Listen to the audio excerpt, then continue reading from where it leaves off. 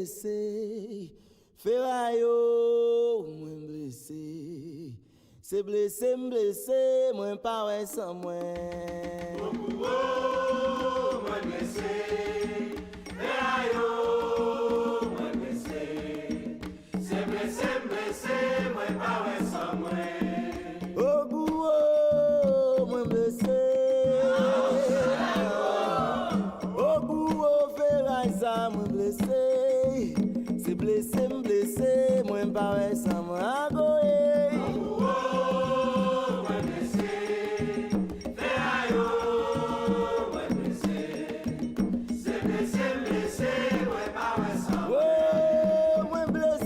Blessé, blessé, blessé, moi blessé, blessé, blessé, m'baka ouais sans moi adje. Moi blessé, ferraille, moi blessé, c'est blessé, blessé, moi pas ouais sans moi. Oh Haïti blessé, li blessé, li blessé.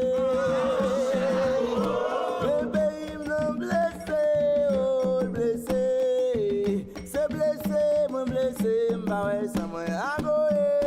Moi blessé, ferraille, moi blessé, c'est blessé, blessé, moi pas ouais sans moi. Oh, Frisner blessé, li blessé, li blessé. Matongal blessé, Jacques Mel blessé, Léogan blessé.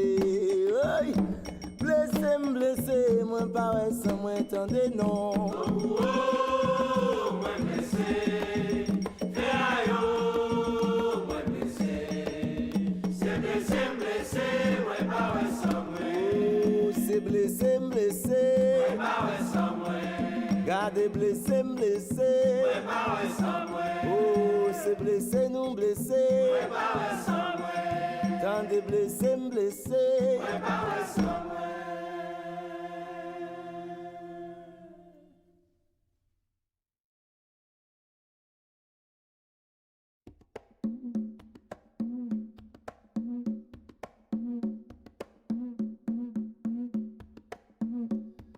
Cynthia,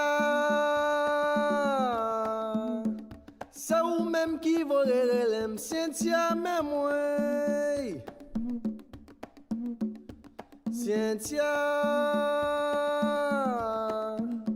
c'est ou même qui volerait l'aime, Cynthia, même moi. Cynthia, même moi. Cynthia, même moi, ça va dim nan presse victime pour m'aller. Cynthia, c'est ou même qui veut, Cynthia, même moi. Cynthia, même moi. Cynthia, c'est ou même qui veut, Cynthia, même moi. Cynthia, même moi. Cynthia, même moi, ça va dim nan presse victime pour m'aller. Oh, Cynthia, c'est ou même qui volerait l'aime, Cynthia, même moi. Cynthia, c'est ou même qui volerait l'aime, Cynthia, même moi. Cynthia, même moi. Cynthia, même moi, ça va dim nan presse victime pour m'aller. Oh. Cynthia, c'est ou même qui veut, Cynthia, même moi. Cynthia, même moi. Cynthia, c'est ou même qui veut, Cynthia, même moi. Cynthia, même moi. Cynthia, même moi, ça va dim nan presse victime pour m'aller. Oh, ça va dim nan. Presse victime pour m'aller. Ah, qui ça va dim nan. Presse victime pour m'aller. Oh, ça va dim nan. Presse victime pour m'aller.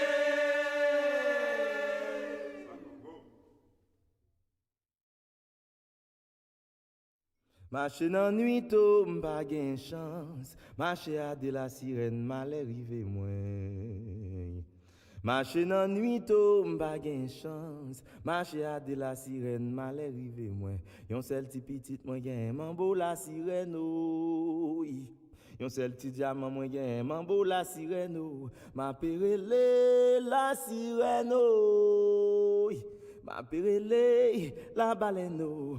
Kade marche moins youno, mal rive moins. Agoe. Marche la nuit tôt, pas de chance. Ouais, marche à de la sirène, allez, rive. Oh, agoe. Marche la nuit tôt, pas de chance. Ouais, marche à de la sirène, allez, rive. Yo seul c'est petit, mais gagne, mambo la sirène, oh. Yo seul c'est diamant, mais gagne, mambo la sirène, oh. Ma perele, la sirène, oh. Ma perele, la baleine, oh. Allez, marche, moi, you know, allez, rive, moi. Oh, marche nan nuit tôt, m'pa gen chance. Marche à de la baleine, mal rive moins. Marche moins.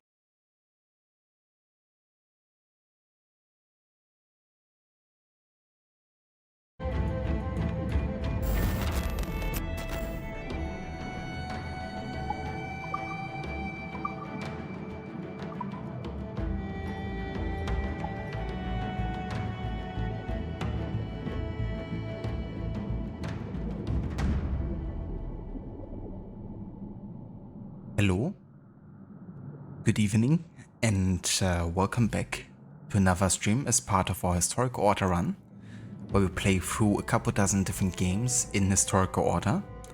And today marks the start of our playthrough of Assassin's Creed Freedom Cry, taking place from 1735 to 1737.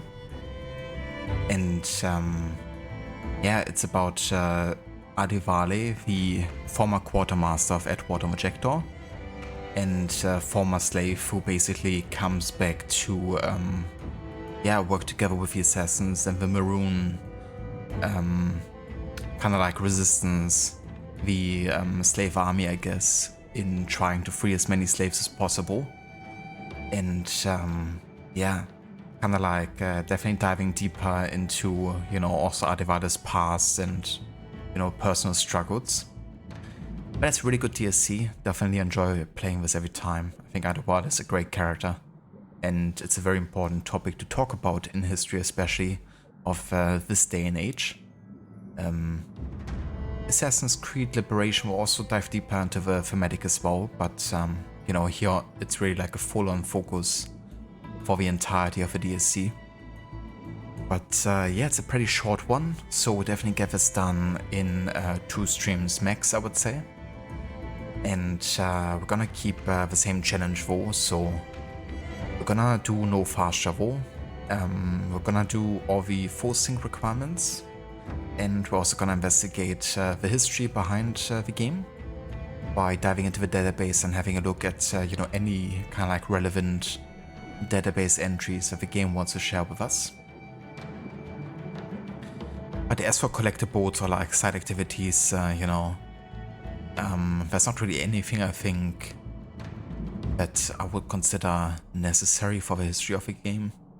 So yeah, those ones are not like a big focus, but I'll probably still end up doing quite a bit of it as we play through the main story.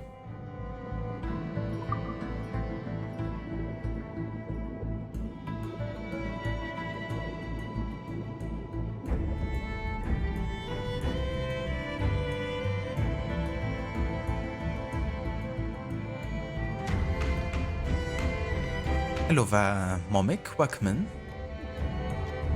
I'll ask him, will you be there to do anything resembling realistic when it comes to slavery in society?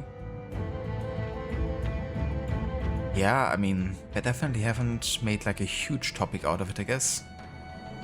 For example, there would have been plenty of opportunities to talk about it in, you know, Spartan society, maybe in Odyssey, or even in Valhalla, you know, the frauds that some of the Vikings had. And definitely also plenty of, you know, human cargo trading and the likes. I mean, we have like glimpses of it every now and then, I guess, but I wouldn't really say that apart from this game and Liberation, that it has been like a huge focus in other games. But yeah, thank you. Definitely looking forward to replay this one. Quite like it, and always enjoy seeing more of Adewale as a character. But yeah, let's dive into it.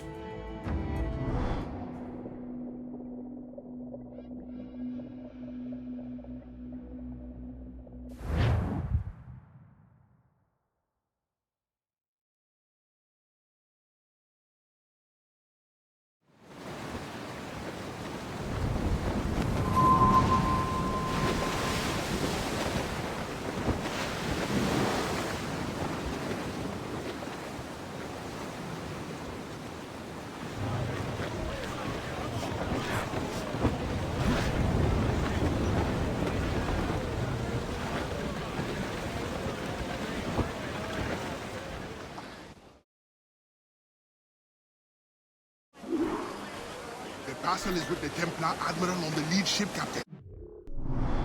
Damn, look at that. Actual pop-ups for database entries. We didn't have it in the main game.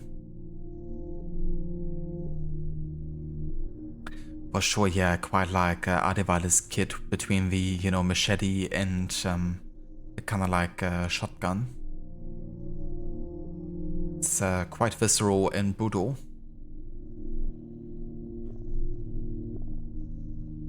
So the thing is that we already have read his database entry in the main game.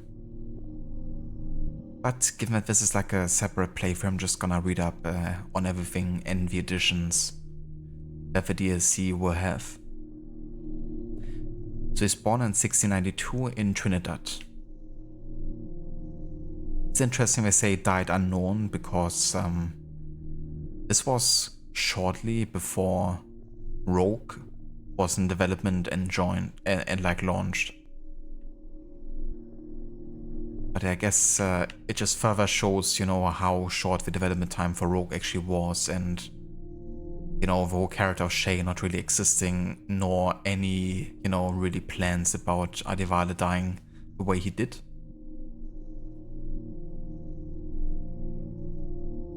Born to enslaved Ogoni parents in Yoruba, Adewale was sold to the owner of a prosperous plantation before his teens.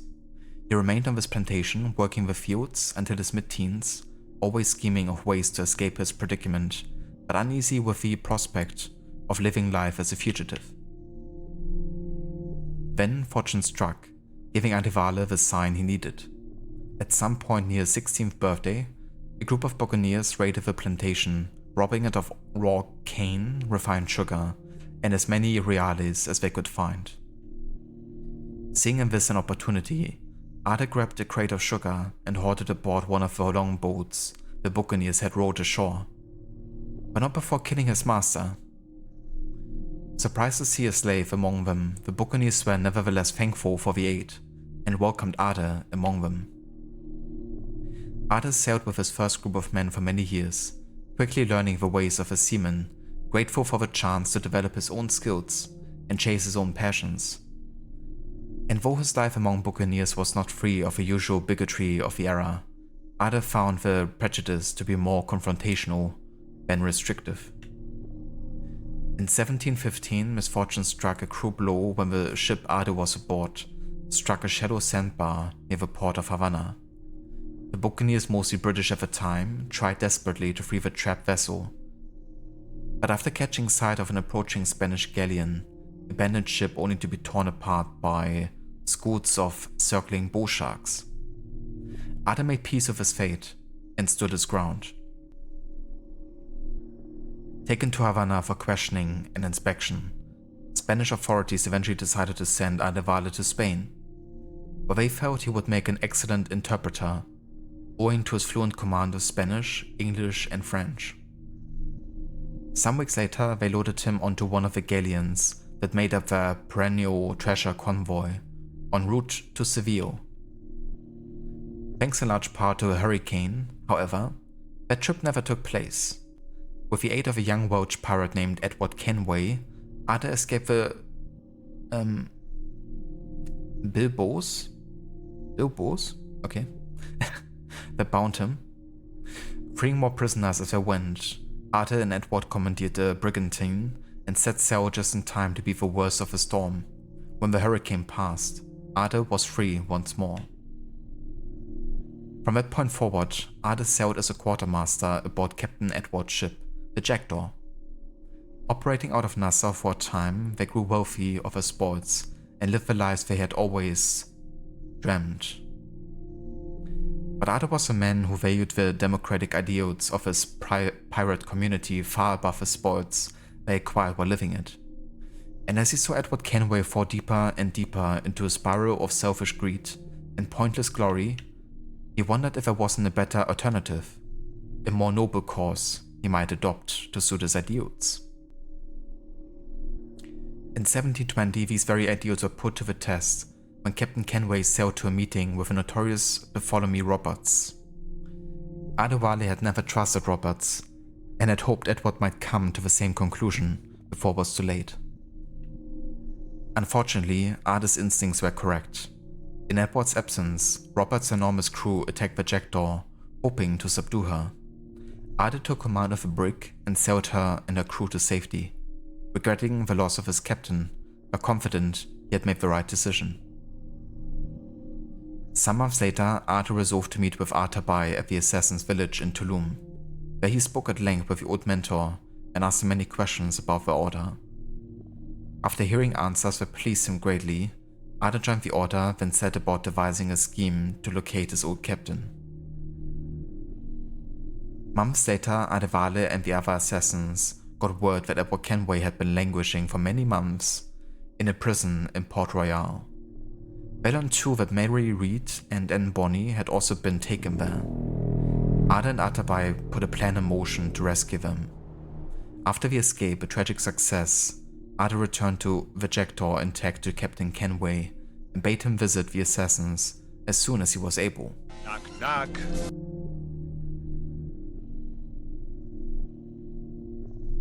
Knock, knock. Who's there? I'm scared. Who's there?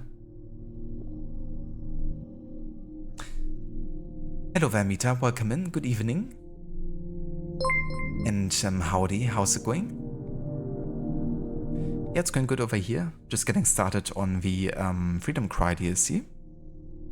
Reading up on an infinitely long database entry on Arthur Raleigh.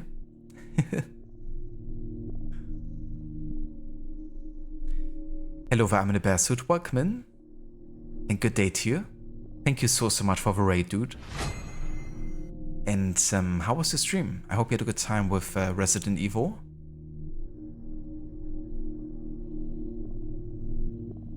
Hello there, Sunny. Welcome in. And good evening to you. Thank you so much for giving the shout out there to I'm in a bear suit. So yeah, for anyone who hasn't joined in with the raid, and if you haven't checked out I'm in a bear suit channel yet, definitely highly recommend doing so. He's a really cool streamer, playing currently lots of retro games on original hardware. So at the moment that's the GameCube, I believe, still. And yeah, he also plays this on an old CRT screen, and you know, really keeps it nostalgic and old school. So definitely check out that if you haven't yet. But yeah, also a big fan of like Souls-like games as well. Even has some pretty cool clips on YouTube.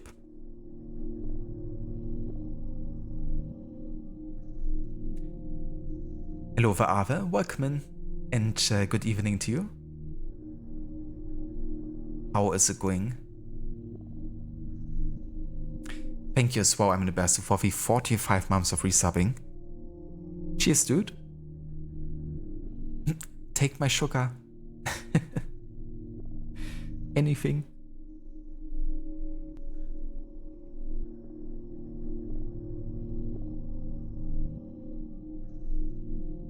Oh, that's good to hear, Mita. I hope you're having fun with Elder Scrolls Online. Hope the grind is going well today.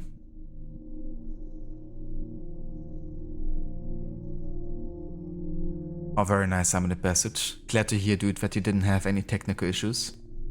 I can definitely imagine that being, a bit of a hassle sometimes, with older platforms and, technology and getting it all to work together as you intend, especially when you want to, stream it.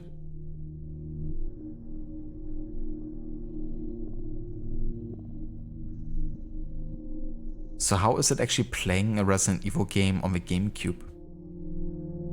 Because the controller is quite different. But to be fair, I've always really liked the GameCube controller. I think it has really good feel to it. Like in terms of size. And the buttons were distinctive enough that you could always exactly know which button you want to press at which time.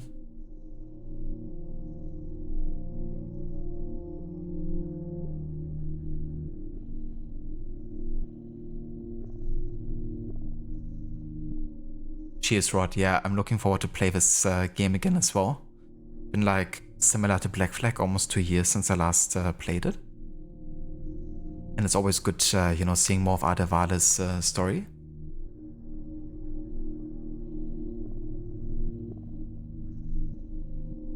Oh, hell yeah, I'm in the best suit, that's cool. I've never actually played on the OG Xbox before. Only the 360 one and the Series consoles, but I never actually had a OG one.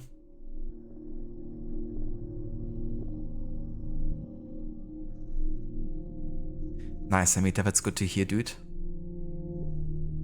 Best of luck with, completing more regions.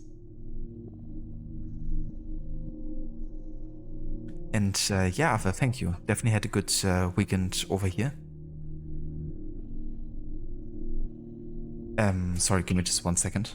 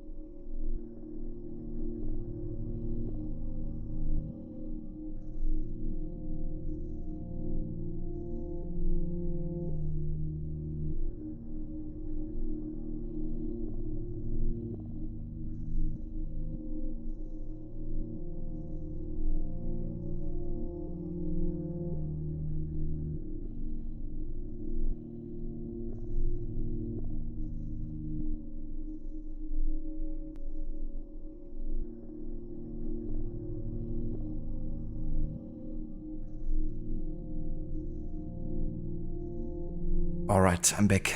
Seems like we're having some internet issues here with the Wi-Fi, which doesn't really affect me because I'm directly connected, but kinda sucky for Levi. So I'm gonna go and try to fix it here in a second, but I'm just gonna catch up on chat real quick though. But yeah, definitely had a nice weekend over here, Ava. Thank you for asking. Been a pretty, nice and chill one. Had some really good food and tried out a new Dutch oven that we've gotten. We did bake some bread in that and we made a slow roast, which turned out super nice.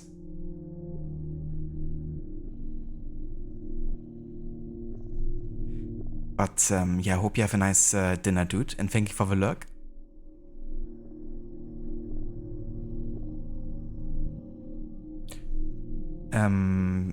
So you're using a wireless GameCube adapter, and the controller you're using is a 8-bit Duo Pro 2. It's basically a PS2 controller feel, plus you can sit a bit further away from the TV. Ah, interesting. Well, that's good that that worked for you with the 8-bit Duo, because I actually have an adapter from that brand as well, which is a wireless one for my Xbox controller.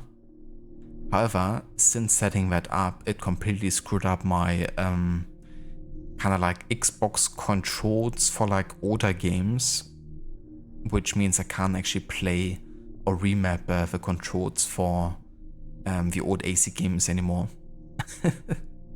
Since I actually installed the driver and was like driving me nuts. I like deinstalled and reinstalled so many things, but I think the only thing that actually would fix it at this point is like a complete Windows reinstall. So I intend on never using that 8-bit Duo adapter anymore. Whatsoever.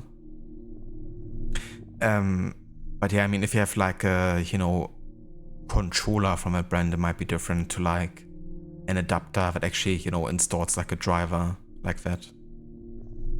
I guess a controller would be marked as like a separate type of controller with its own driver.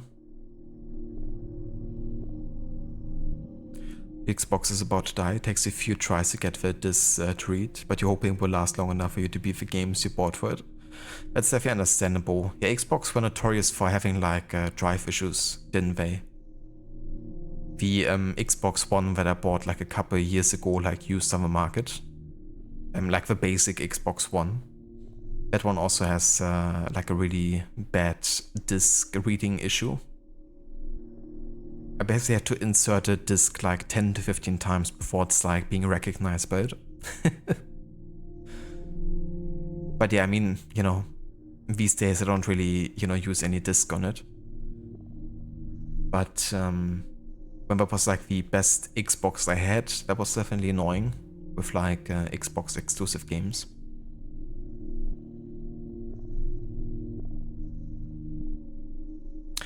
Yeah, dude, homemade bread can be so good. And the nice thing about a Dutch oven is it's kind of like, an oven in an oven. And by kind of like preheating it, it's kind of like a, pizza stone from like every side. And yeah, definitely makes it so that you have like a really nice crust and, really good rice, because it also insulates quite well. So it doesn't really get dry until you kind of like take off the lid and let it kind of like, get brown at the end. But that's pretty neat.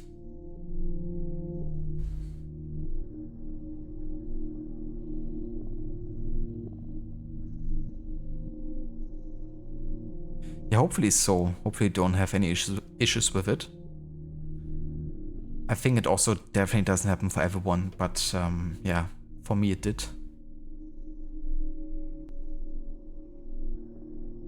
Reminds me of having to blow on the old Nintendo cartridges to get it working.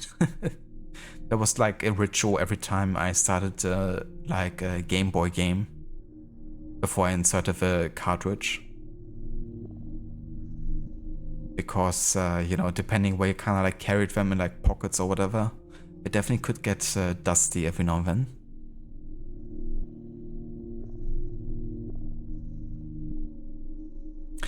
But yeah, dude, definitely can recommend, if it's pizza or just like, straight up bread or something.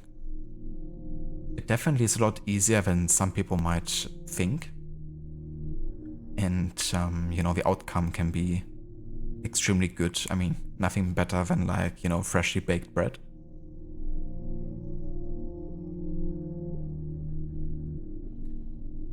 And the good thing is also you can definitely save a lot of money by baking yourself.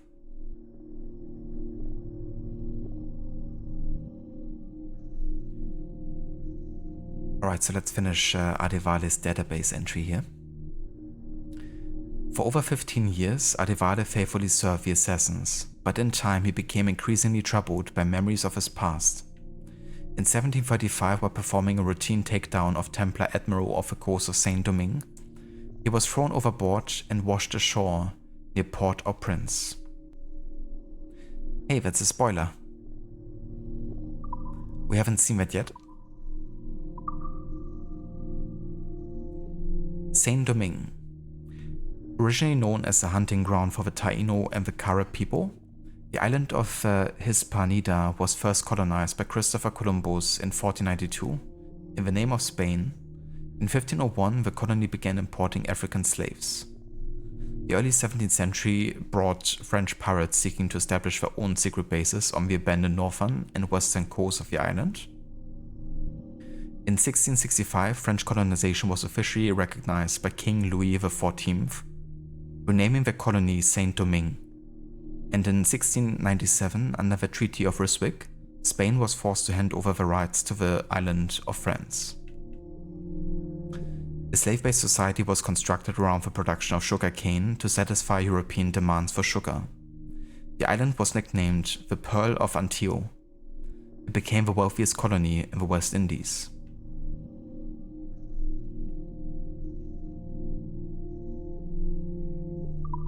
Okay. One.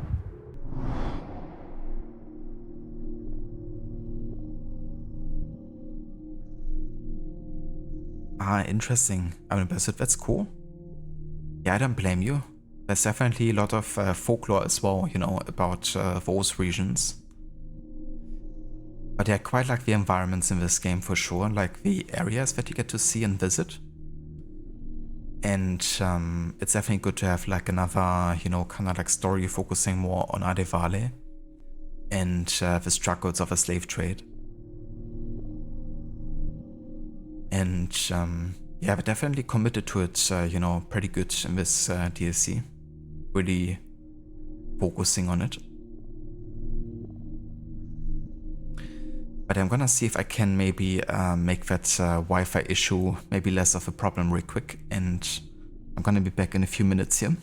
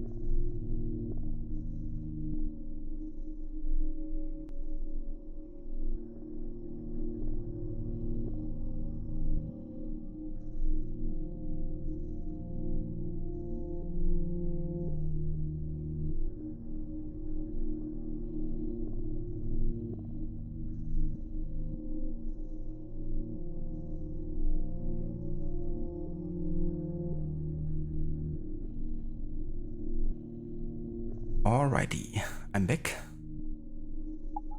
And let's do this. So for the optional objectives, you have to locate the Templar Admiral ship using the spyglass. And we have to use a mortar to surprise the Templar fleet. Orders, it will be lost. The parcel itself is less interesting than its intended recipient. Let's eliminate this errand boy admiral and unmask the true Templar threat. Fire! When I became an assassin, I swore to leave piracy behind. But the old methods have served the creed more than once. Everything is permitted after all, Captain. Aye, and often it is necessary. Ready! Fire! Start! Loose all! Let's move! Mortar! Fire! Loose down! Catch some wind! No pirate! Stand! Aye! Fire! Slugs out! Let's get moving! Yeah! Fire! Down they go! Take a shot through her there! Fire! That's their one spot! Take fire! Fire! Fire! Reefing all tops! The mains! All down! Get the mains free! Crowd it all on! In your blood!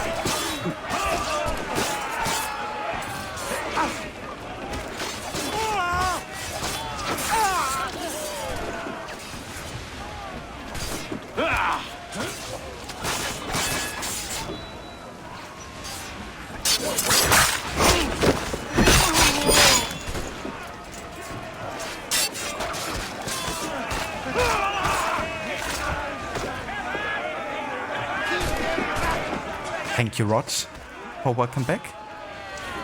This is great, plus there's awesome music too. Absolutely, yeah, there's some good music in this. Yeah, there's definitely some of the DLCs in, you know, this series that I enjoy playing more. Always look forward to, you know, replaying a bit more than others, and having more undivided time is always one of those situations.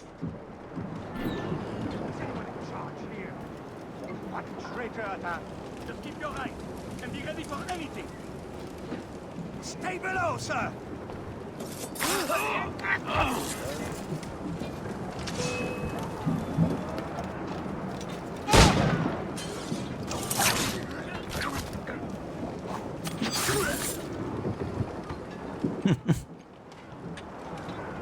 I like how we didn't even have to use the guy as a human shield. Like, start the animation. It still worked out.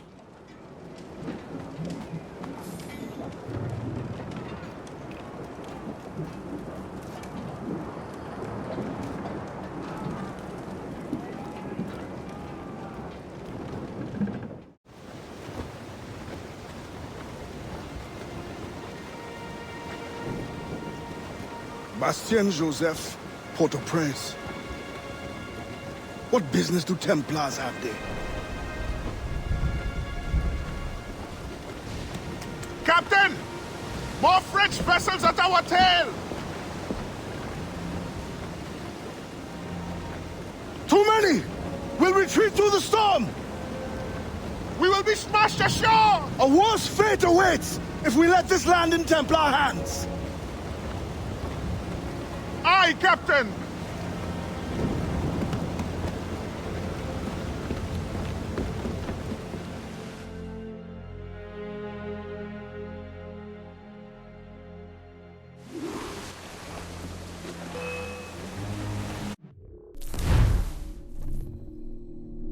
Maroons were people from the West Indies, Central America, South America, and North America that escaped slavery and found, formed, and settled communities away from their oppressors, although the African slaves were not the first to be treated so badly. The Taino tribes that first inhabited Saint-Domingue were abused and bullied into submission by the Spanish. Refusing to work for them, the Taino people were the first to settle in the mountains and later made rooms for the fugitive slaves. Most of the slaves of Saint-Domingue fled to the mountains to hide from their oppressors and start new lives, often based on subsistence agriculture and survival hunting. Some became warriors and fought for independence and the freedom of other slaves. Maroons were known to raise crops, attempt to scare off plantation owners and overseers, loot and conduct violent raids on nearby sugar and coffee plantations. But although these bands of Maroons warriors grew in size, they more often than not lacked the leadership to carry through a large-scale objective. Not surprisingly, the Côte Noire still sided with masters. They were given a great deal of liberty. In their retaliation methods, plantation slaves were killed in an attempt to keep the Maroons at bay. Many of the attackers were slaughtered, and the death penalty was given out as a common form of punishment. Maroons in Saint-Domingue were ultimately responsible for one of the few successful slave uprisings in history, and the only one to result in the founding of a free state, the Republic of Haiti, after a century of effort and more than one attempt.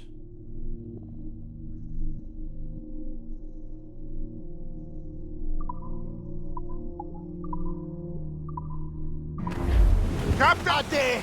They're too strong for us! Rescue yourselves! I must stay with the ship! No, I will stay with you! Ready, Captain! They're closing in! Ready to fire, Captain! They draw ever closer!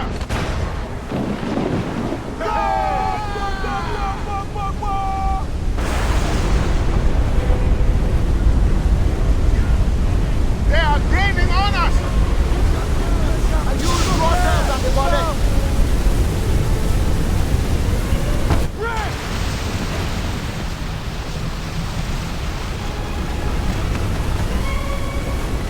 Reef the topsails and gallants! Ease her sticks! All sails, she'll take it! Drive the wind!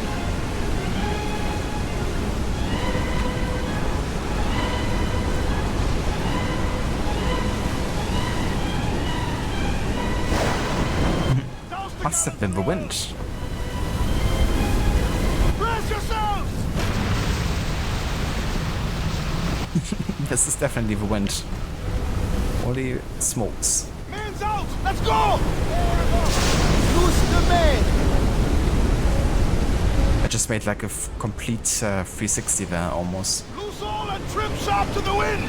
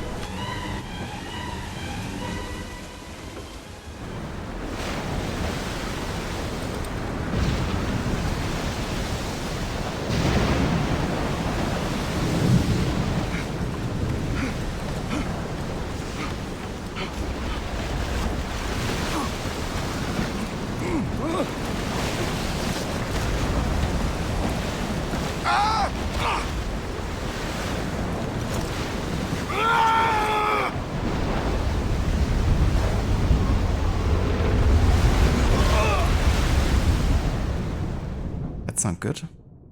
It was like straight up surfing that wave.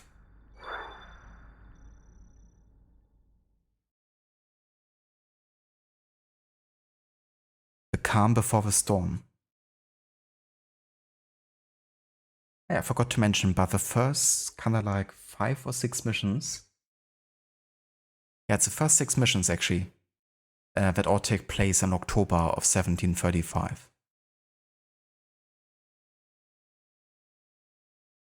Actually, the first 7 missions, only that the 7th mission has a specific date in October. And then we have like a 2-year time skip for the last 2 missions to 1737. But yeah, a lot of it is definitely happening like back to back within a month's time.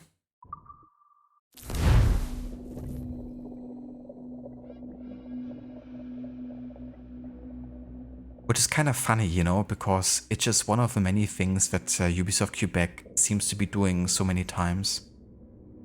Whenever they have like a timeline to follow, they rather just set it all within like 1 year or 1 month or, you know, something like that.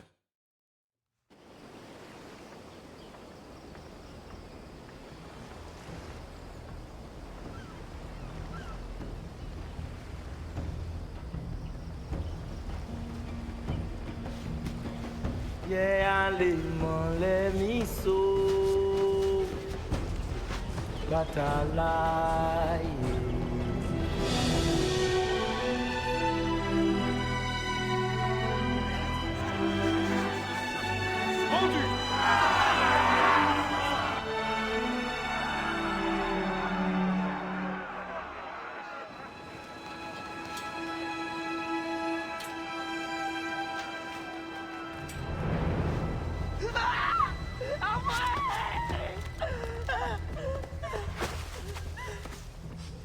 Sale truie! Non! Ça te coûtera une oreille! Bah, John.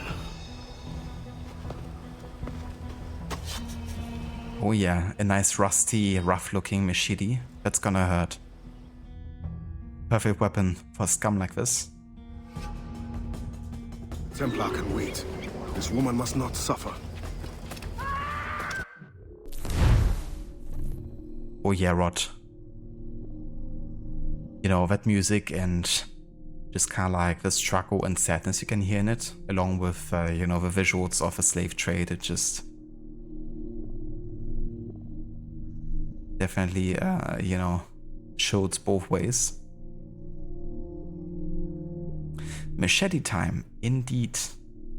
The machete, a large knife, can be used either as a tool or as a weapon, and the blade can vary in length. Machetes were frequently used to cut through undergrowth, trim vegetation, harvest sugarcane, and cut open fruit. They were convenient as a weapon because they were so frequently used, making them easily attainable on plantations. Makes sense. I do like that the game actually gives us proper pop-ups for database entries, because the main game did it only for locations, but not for like people entries or anything like that. Makes it easier kind of like track it as they, you know, pop up and happen.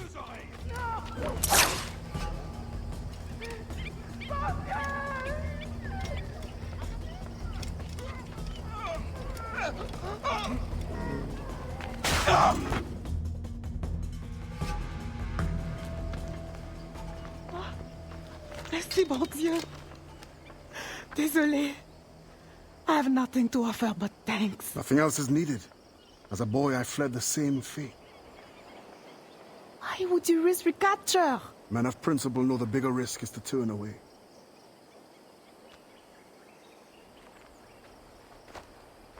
I'm looking for Bastian Joseph. Do you know her? Moi-même, pas qu'on elle. But any fine gentleman may lead you to her. Too late for this one. Find another in town.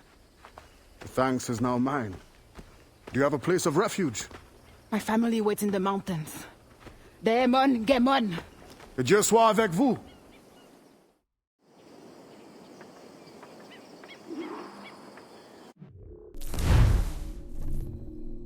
Plantation owners in the colonies were generally wealthy, white Europeans.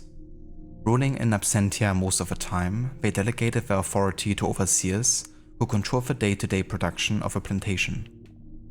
The overseers were the people in charge of running the plantation's day-to-day activities, administering discipline, and often acting in place of the true owners.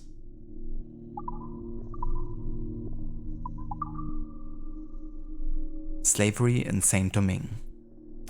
Hispaniola was first home to Taino tribes who suffered abuse, disease, and slavery after first contact with the Spanish, ultimately reducing their population to an estimated 500 people by 1548.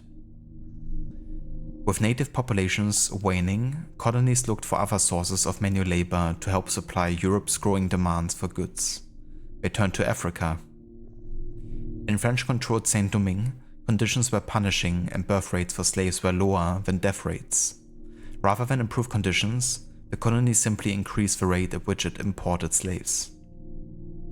By the 18th century, Saint-Domingue had become home to the largest slave society, with the most brutal conditions in the world.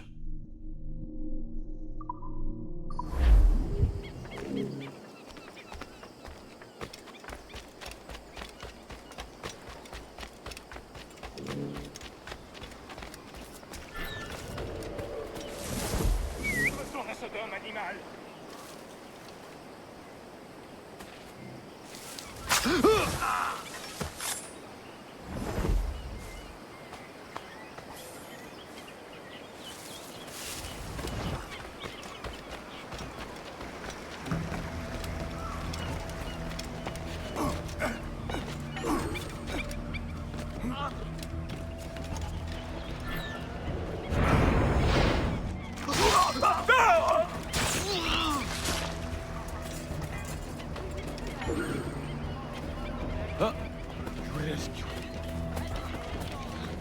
You've endured enough.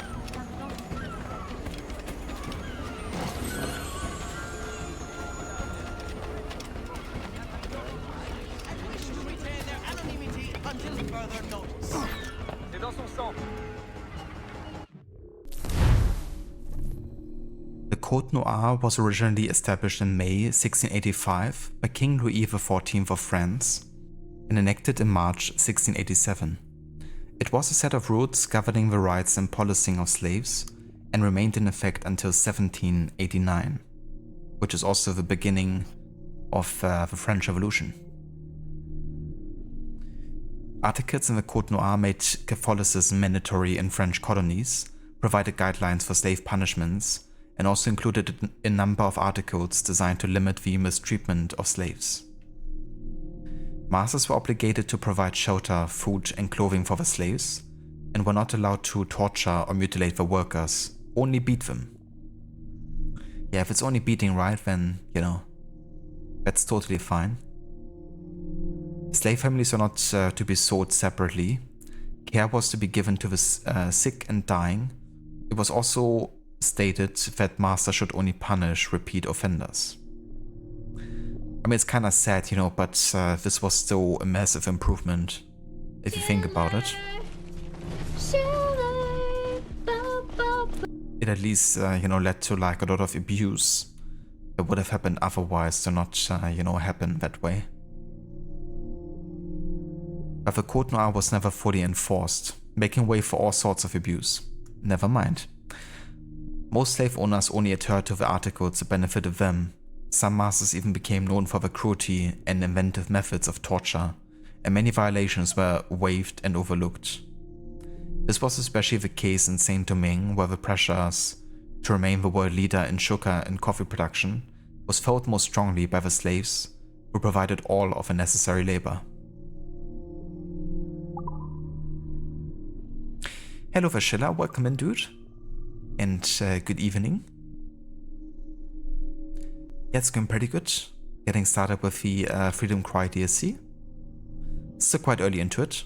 Just reading up a bit about, you know, the history and some of the events of the time. How are you doing? Today, Port-au-Prince is known as the capital and largest city in Haiti, but it took a long time to get there, changing hands as interest shifted and power changed hands. A bustling center of commerce in the 1730s, The current Port-au-Prince area was part of a grand scheme of Saint-Domingue, which was then home to over 140 sugar plantations. The English didn't trouble the area during this decade, and various nobles sought land grants in Port-au-Prince from the French monarchy. African slaves outnumbered the rest of the population by a large margin. From a Maroon perspective, Port-au-Prince was significant as a trading location and a major center for slave labor. It would also become a strategic target in the slave revolution that built in starts and stops throughout the 18th century, ultimately culminating in the founding of the Republic of Haiti.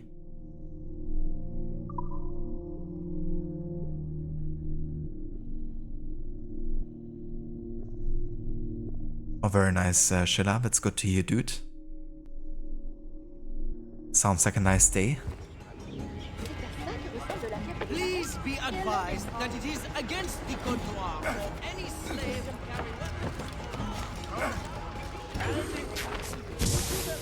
Wishes you to understand that he takes.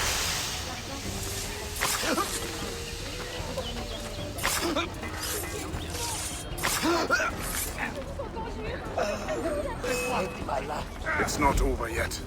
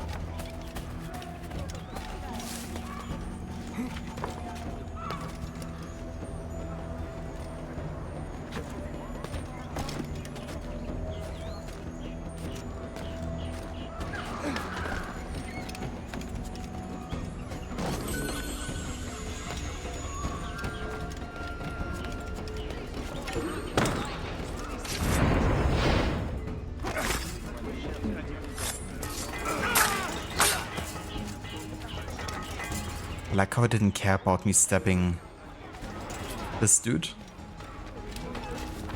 They were just chilling.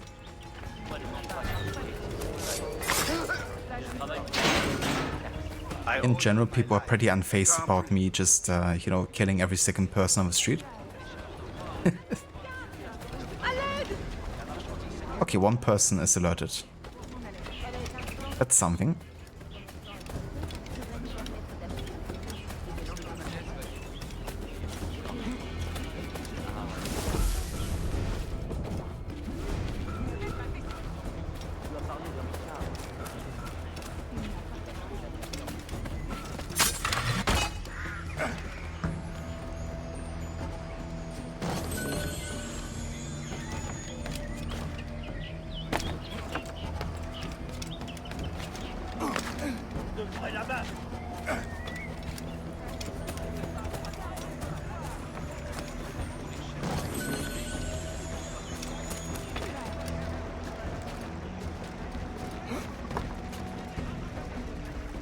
Pasharamta, was it?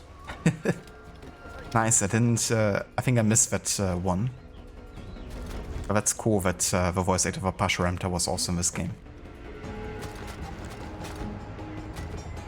The gods have forsaken us.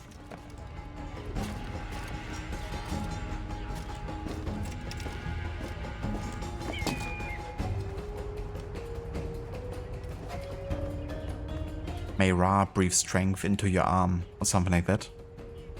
Yeah, let me so.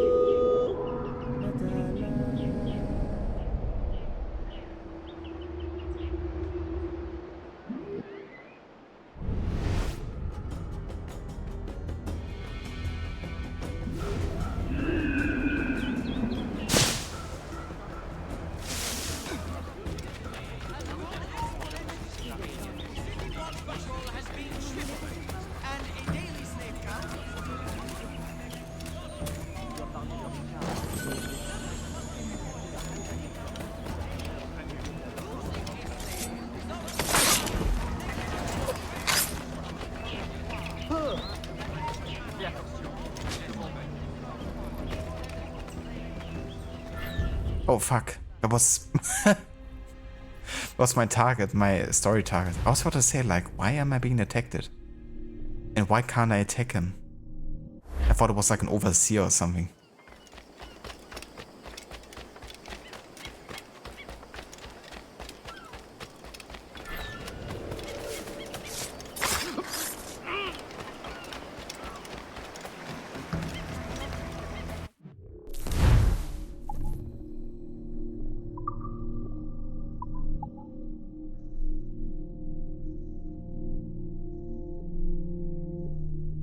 No worries whatsoever, Rod. Thank you so much for being here. I hope you have a good rest of your night and good sleep. And definitely catch you next time. Let me also give you a shout out here in chat real quick.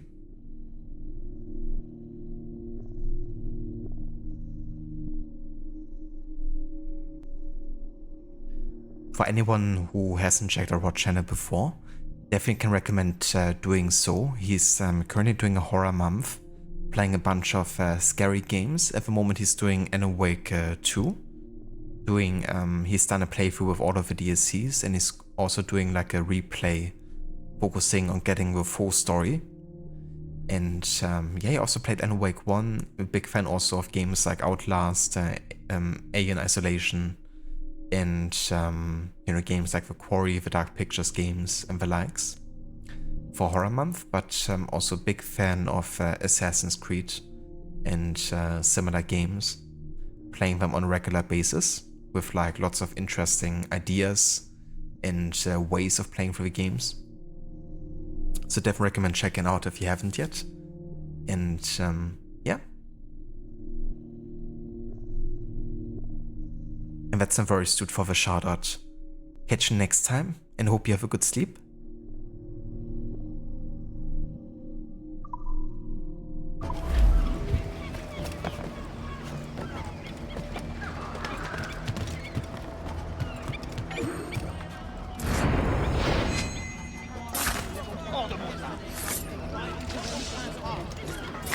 We suspected this to be because of human activity.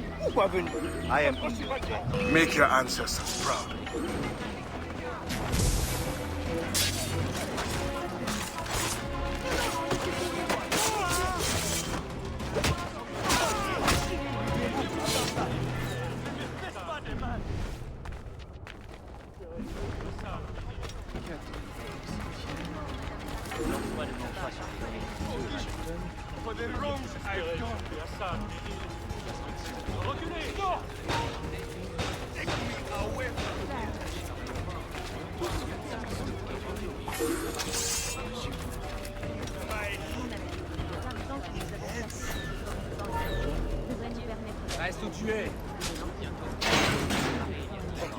You're welcome.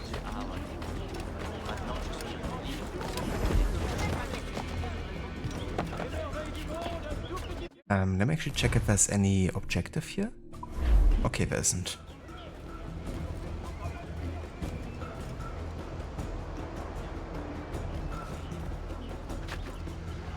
Que quelqu'un tue cet homme avant qu'il ne nous tue.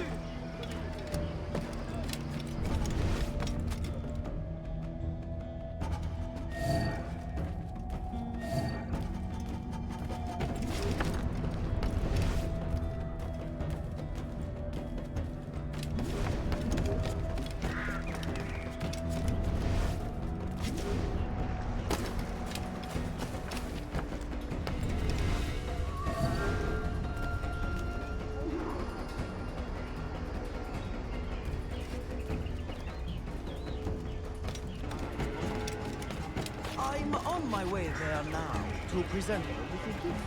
Enjoy yourself, sir. And fear not, you'll meet no competition from me. My heart is too weak. Only the best merchandise here. Si j'ai envie d'aller au marché, j'irai au marché. Look at these mules, only the finest. Did I ever sell you faulty merchandise? No. Look no further. The slaves are the best of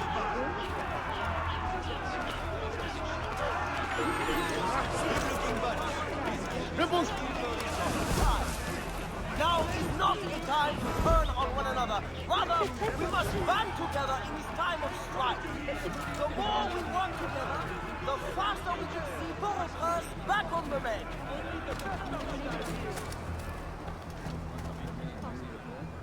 Nous vous connaissons?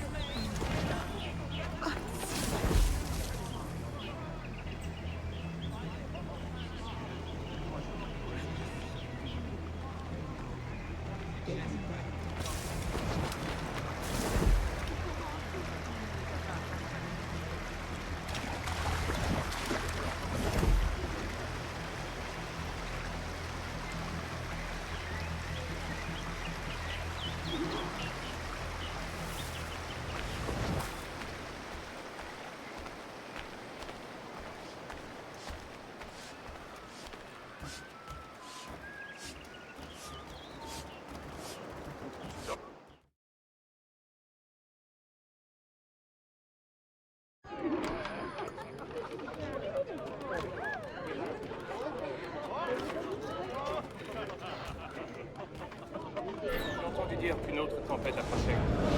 Il va falloir You se think montrer. me a traitor? Slaves will be safer for it. Monsieur Gouverneur, if they felt safe at the plantation, do you think they would rebel? Of course. It's their animal nature. Violence is the only currency that motivates them. Like coin to you. If you really want to protect your African friends, spread the word. Quiet them down. Otherwise, You need not describe. I know what you do. I could not resign to hurt a fly. But the overseers have every right to discipline as they see fit. Will not be necessary. I will deliver your message. The cost will be high. We will both profit by. Is there any other service you require, Gouverneur? Oh, an old man like me. I dare say Guzan has exhausted me already. Then show yourself out.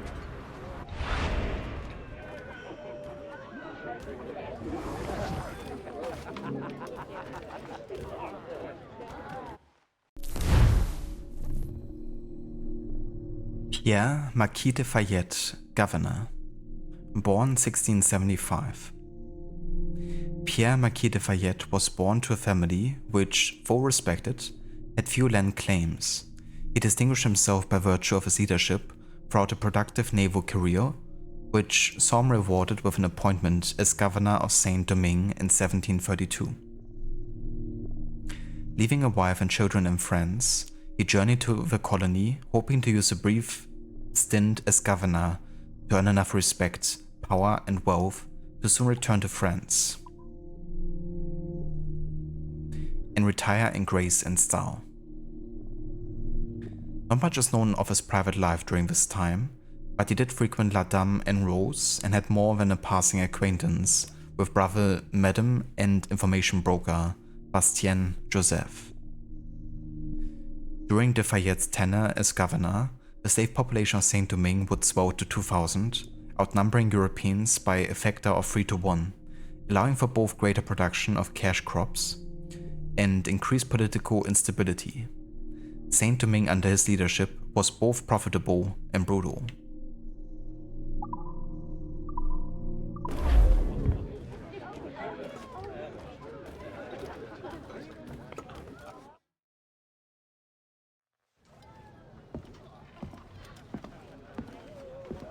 Madame Joseph. Expecting a package. It. But not you. Where's l'Admiral? I see. And do you mean for me to meet the same fate?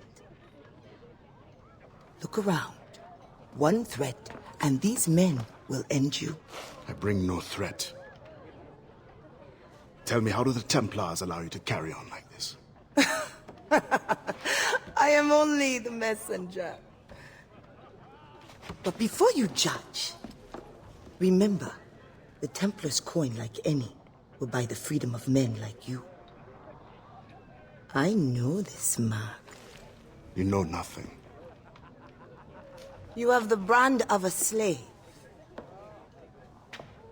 the eloquence of a scholar, hands of a sailor and an assassin's hood. Few weapons. I think the storm stranded you. What do you need?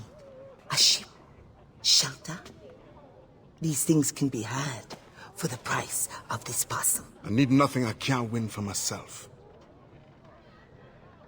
But prove that what you promise is true. And perhaps something can be arranged. Is this your game? Very well. Then you will do me a favor. Augustin Dufort is a very secretive man. First find his plantation contact and give him this message from the gouverneur. Augustin will give you all the proof you need. Repeat this password. Sili batoto krabla va manger. Sili pas dodo, krabla va manger. Pas mal. A convincing baritone. Now I suggest you leave before my admirers get suspicious.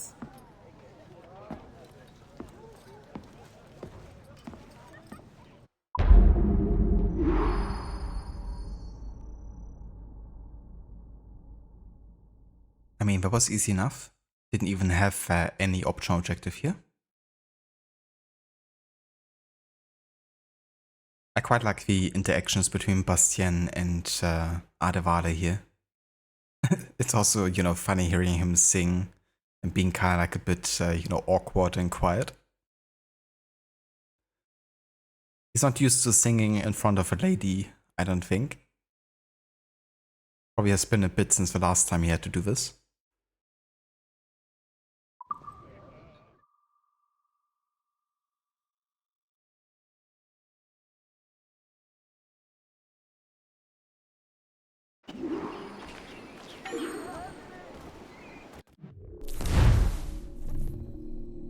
Bastien Joseph, born 1697 near Port-au-Prince. An intelligent, outwardly outgoing woman, Bastien Joseph had many acquaintances and few friends. Born free and raised by a mother, a prostitute at La Dame en Rose, Bastien Joseph made her first friends by selling glimpses of illicit acts to local children, but was shunned and labeled as immorally corrupt as a young teenager. Choosing to avoid prostitution herself, Bastien learned to read, write, and manage financial affairs, and in time she became the brother Madame's indispensable right-hand woman. In this capacity, she bore witness to all the secret deal-making, political manipulation, and scandal among the brothel's patrons, and learned the true power of a Madame of La Dame en Rose. Engaged once, she ultimately avoided the altar, realizing it would deprive her of a freedom she had carefully cultivated for herself. She instead inherited the bravo following her mentor's death, and took private pleasure in seeing the bullies and hypocrites of her childhood become her paying patrons once more. Get your rent when you fix this damn door! In the successful business the previous Madame had built, Joseph saw potential for something more. Doubling her business, she then used the bravo to undertake two types of actions on behalf of Maroons and enslaved Africans in Port-au-Prince. She used the proceeds to buy the freedom of slaves and used the confidential veil of the bravo itself in tandem with her control over the woman who worked there to solicit political favors from powerful clients, including Governor de Fayette and the scientist Louis Gaudin. In 1735, she met Adevale for the first time, and the two became uneasy partners in helping Augustin de Fort and the Maroon cause. It does seem fate that a friendship developed between them, but it is unclear to what extent.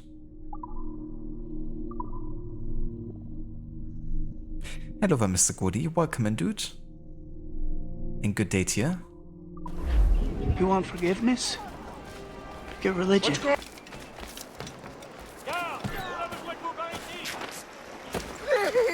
doit être un échappé de l'asile.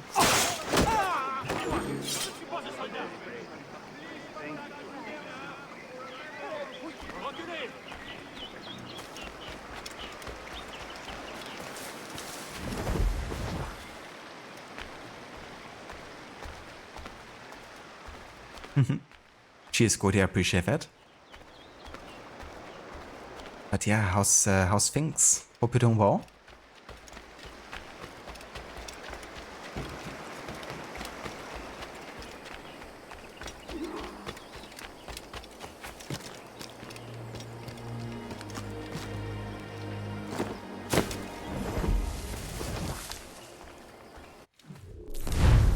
Okay, what can we get here?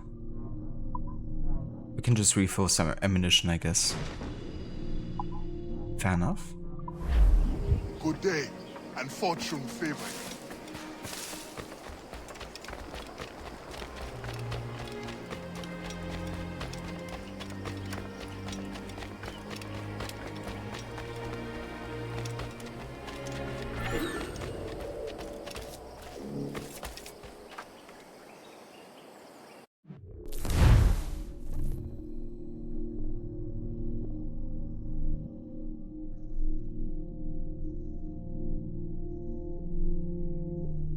Ah, gotcha, Goody. Yeah, that's definitely fair. That would definitely suck if, you know, it doesn't work out like you planned, but, you know, it's definitely good to have a backup plan. And, you know, something else you could see and do and visit. But yeah, hopefully, you know, things work out the way, you know, that you want to do it.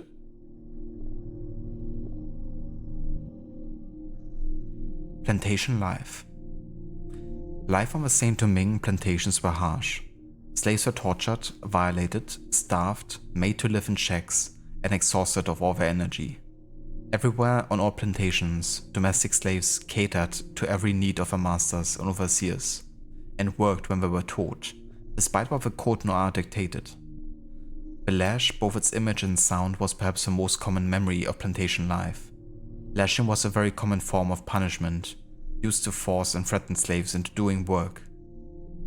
They were also cajoled with food, clothing, and rest as incentives, and were sometimes given the freedom to raise their own livestock and crops. That being said, the conditions on the sugar plantations were brutal. During the 8-month sugar harvest, slaves were expected to work long hours until all the work was done, including on Sundays, which the Code Noir specifically set aside as a day of rest. Slaves collapsed from exhaustion regularly, and sometimes got into horrible accidents with the primitive machinery used on the plantations.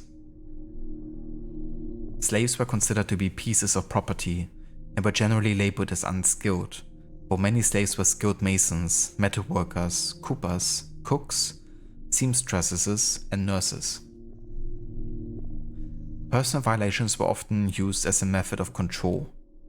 Slaves were often relocated to other plantations without warning and were separated from friends, family members, and children. Many slaves were also raped. None of this stopped the enslaved people from starting families and having social lives on the plantations. Friends and family units were created in the barracks, and children were reared and taught the dangers and risk of a harsh life they were brought into. These barracks were the focal point for developing slave communities. Religion also played a major part. Faith offered the slaves a form of escapism from their harsh lives and masters. Sometimes religious scripture was used as a code among its followers, sparking more hope and sometimes rebellion. As dark as these times were, there was still a spark of hope among the people.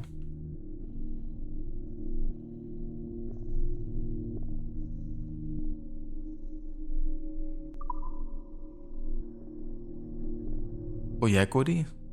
Damn.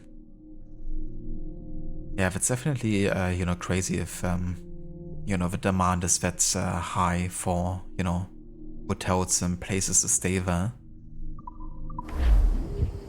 But yeah, hopefully you can still find something that's also, you know, in your budget.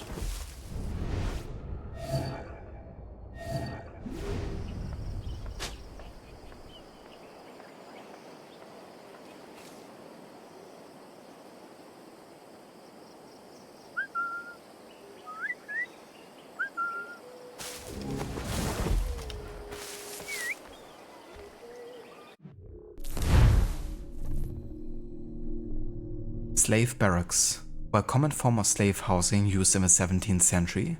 They were cheap and required little upkeep, which was ideal for plantation owners. Barracks were often constructed to look like wooden huts. Beds and furniture were not always allowed, forcing slaves to make a makeshift bed out of planks or sleep on the floor. Slaves often created their own extended families, as so many were crammed into tiny living spaces, which played a role in strengthening bonds. Slaves were sometimes allowed to plant and harvest their own small cash crops just outside the barracks. As they were often not supplied enough food to survive, these gardens saved many slaves from starvation.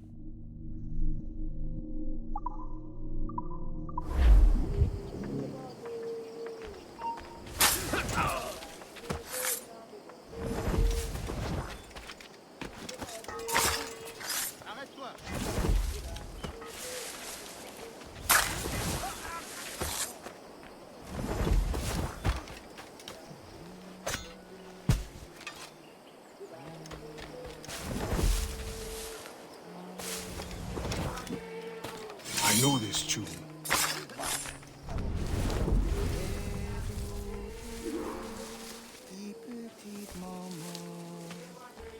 Si ou pas dodo, crabe la va manger. The wise man is down that path. Thank you, sister.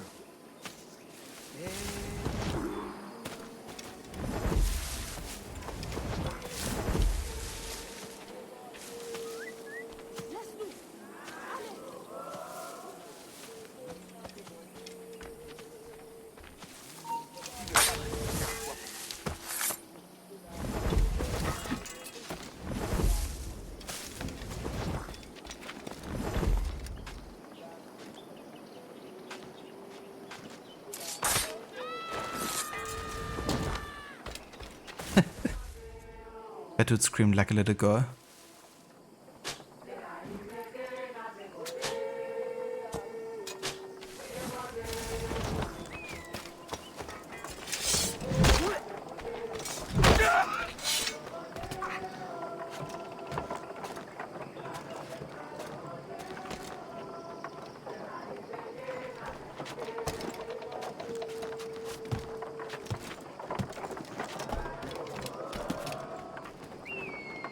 Bien les mains, les miso.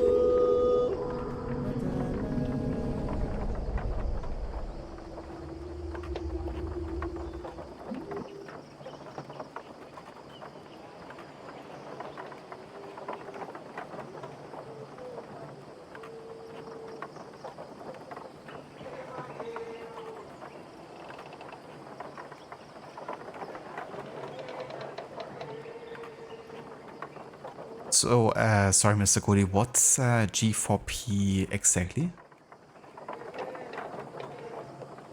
Because I'm not really sure I've heard about that term specifically.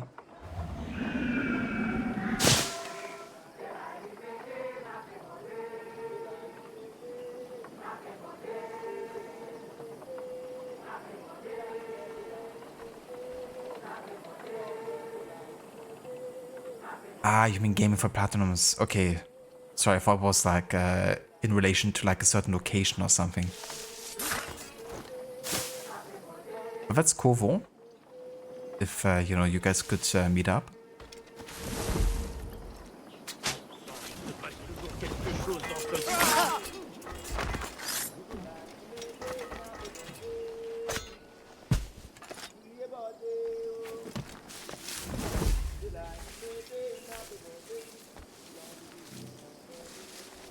Yeah, dude, I remember also, like, meeting him, you know, a while ago. Like, initially Moro was part of, like, Gaming for Platinum. And I've also, like, temporarily joined that group for a while. So I got to know him there, but I think Lucinda was also in that group, wasn't she? That was before I even was, like, in contact with Lucinda either, I think. It's kind of funny sometimes, you know, how some people were like part of the group but didn't even know each other that well until like much later. On n'a pas besoin de toi. Va-t'en. Serrez mieux tes cafés.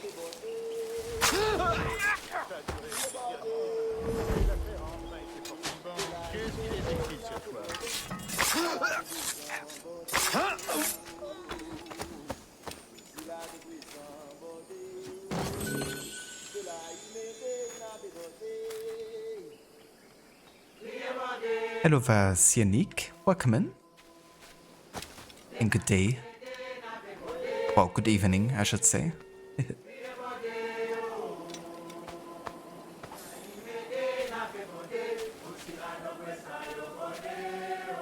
Yeah, sounds good, Gori. Definitely sounds like a nice, backup plan.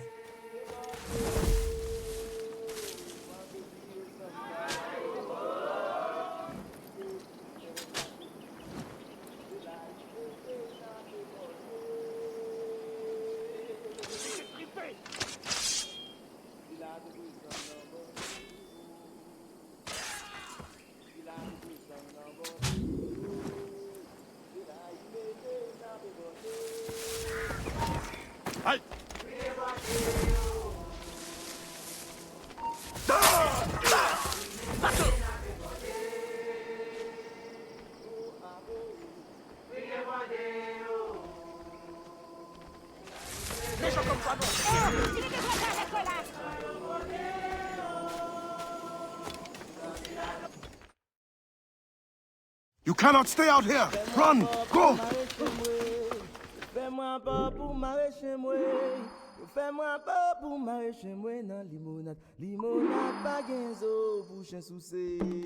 So by engaging into like the side activities and, liberating slaves and all that, you get like bonuses for, certain thresholds. So now we have an increased rope dart pouch and a better smoke bomb pouch as well.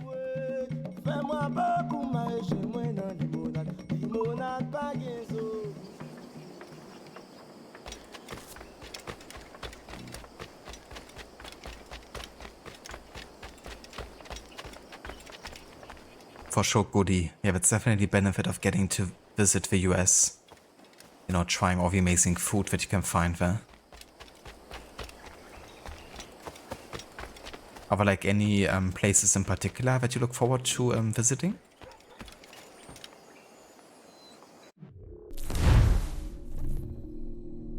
Besides that, I'm still playing through Assassin's Creed. It's been a while since you checked on my streams. Last it was AC Brotherhood, if you recall it correctly. Yeah, that was quite a few years ago now. Months, sorry. Months ago. Yeah, we played the Ezio collection. Yeah, there's been like a few games in between that we played. Also of non-historical, kind of like basis. But yeah, we definitely have quite a bit of AC coming up now. We play for Black Flag now. And we're also playing still for AC3, AC Rogue, Liberation. And since we play for those games in historical order, it means we're actually jumping back and forth between those games, depending on, what month or year we're in. So it's gonna be a good amount of AC variety as well there.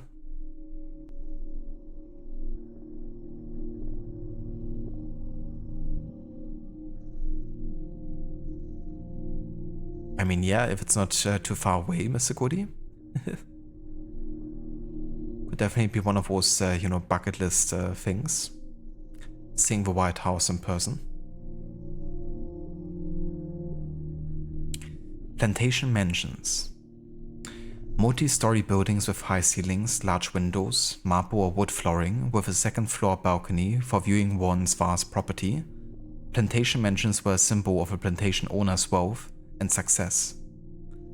The mansion was generally placed in the most central location for a plantation so that it would be visible and recognizable from a distance.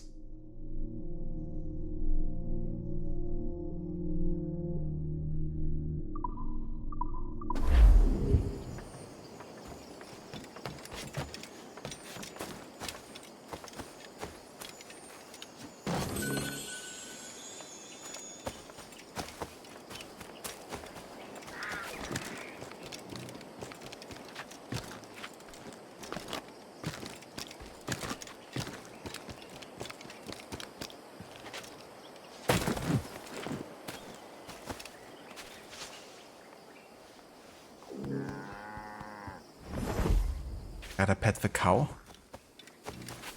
They deserve a pet every now and then.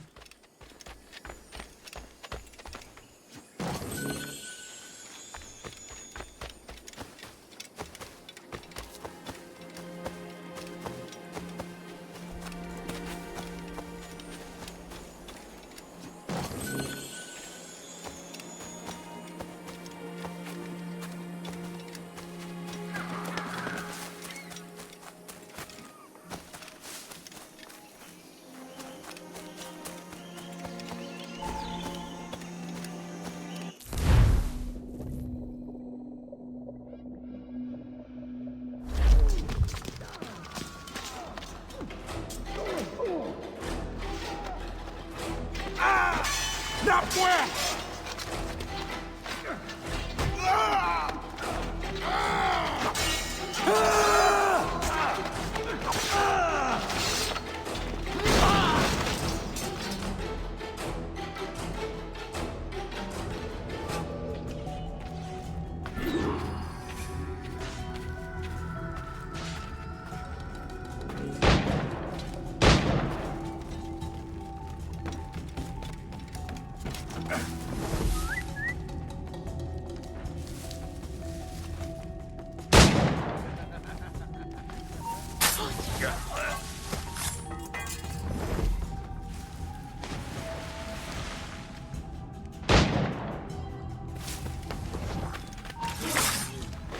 Reste là. Il s'arrêter ici.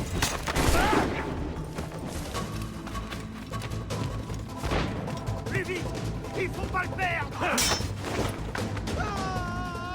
Il est là-bas!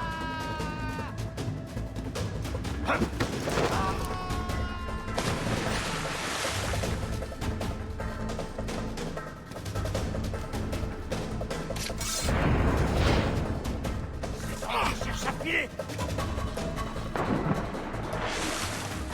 Cette charogne est là-bas!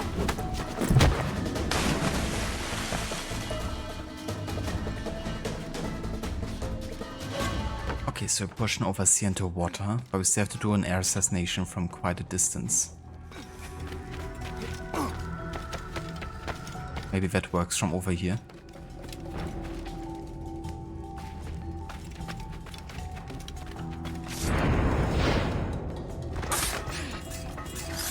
Nice, that works.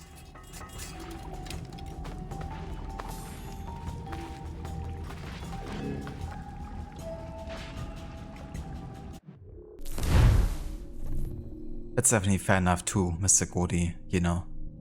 It's definitely, like, that's the thing with the US. You know, just like how huge the country actually is, you know, and how much there actually is to see.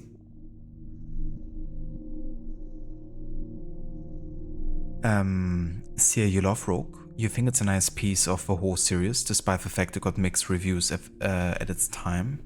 But you replayed it after years and still enjoyed it, yet when you tried Freedom Cry, unfortunately it wasn't such an experience.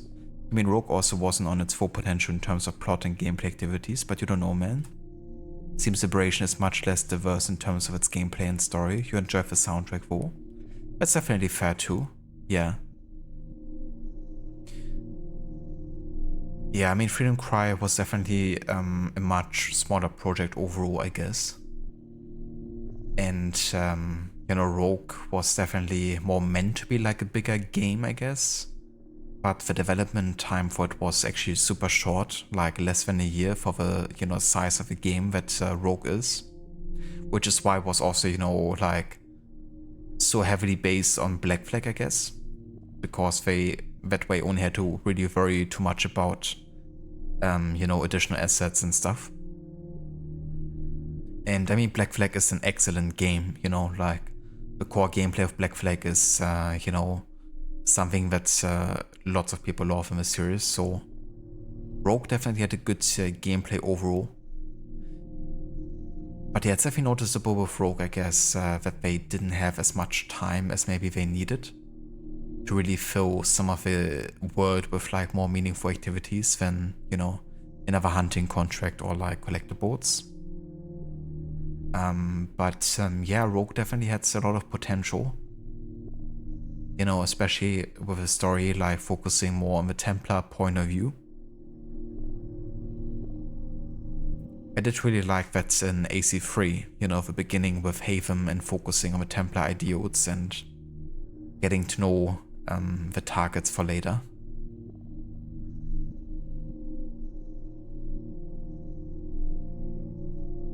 Augustin de Four was born into slavery by 1701, sold away from his mother, and passed from plantation to plantation as owners leapt at the chance to buy him cheaply, only to find him too thin and frail to be of much use. Changing hands so often gave the Four an advantage. He learned the layouts, routines, and habits of plantations and the overseers across Saint-Domingue. He used his knowledge to plan a careful escape, and thus became one of the few child slaves to survive to adulthood. A deeply fearful man, de Four was baptized Catholic in accordance with the roots of the Code Noir, but drew his spirituality from voodoo and his strength from his unwavering drive for African independence in Saint-Domingue. In 1735 he was introduced to Adevale, following a raid on his headquarters, and the two formed a loose partnership, exchanging strengths and ideas over the years that followed.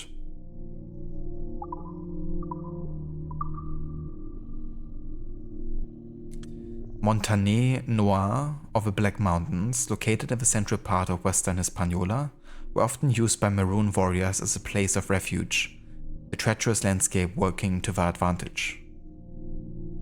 Maroons escaped to the mountainous regions of the island to join previously established communities or start their own strongholds. There, fugitive slaves could freely raise crops and livestock, hidden and sheltered by the mountain face. Maroons were able to survive by sending traders to nearby cities, or by raiding plantations for cloth, weapons, and food. The mountain's rough exterior made it extremely difficult for any surprise attacks from oppressors, and the high altitude was ideal for Maroon lookouts.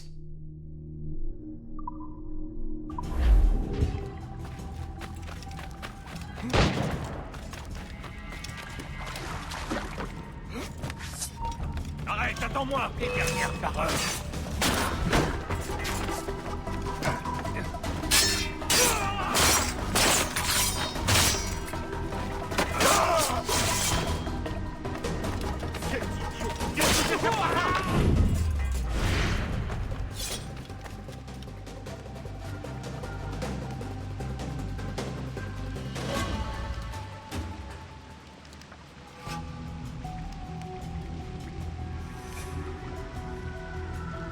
Oh yeah, that's definitely fast here. I mean, you know, there's so many games in the series. It's kind of like difficult to actually keep up with all of it. If I hadn't played all the games on release, I'm not sure, you know, if I would have, you know, went ahead and, you know, played them back to back or something. But it's one of those series I kind of like grew up with and followed with every iteration. It's definitely easier to kind of like pick up on the games like that. But yeah, in Black Flag it's called the exact same, they didn't translate it. But if you were to translate it into German, you would say Schwarze Flagge. But yeah, they chose to kind of keep the original title. Also, hello, Dr. Darlin. Welcome in.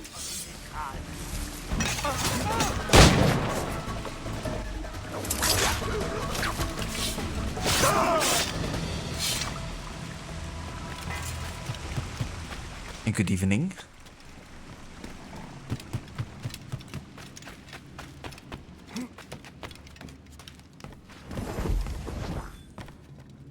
Yeah, a bit of a surprise stream. Figured we could make a start on Freedom Cry. Did want to wait until next week. You like how German sounds? Yeah, honestly, I do like how German sounds sometimes as well. It can definitely be a very poetic language as well, in terms of like which words you're choosing, and since you can actually work a lot with neologisms, so like, you know, creating new words. But it can also sound, I guess, a bit rough sometimes.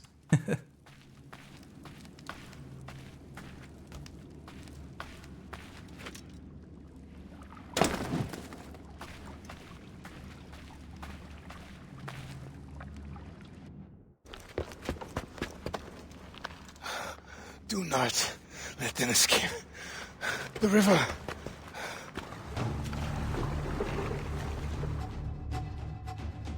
Hurry before they bring more enemies.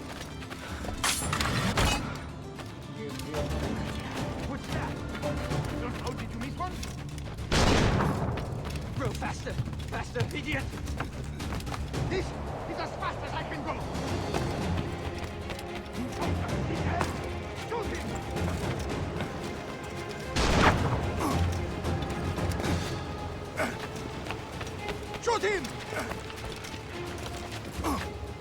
Such a nice throwback to the classic, you know, Ezio missions and like tombs and stuff.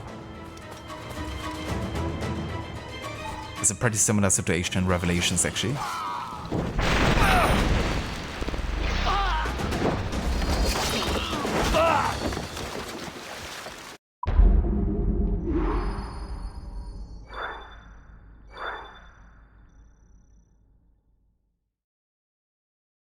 Oh yeah. Laying the first brick. I like the way that Adevale holds the balance there on the boat, which really isn't that easy. Augustine's your fault.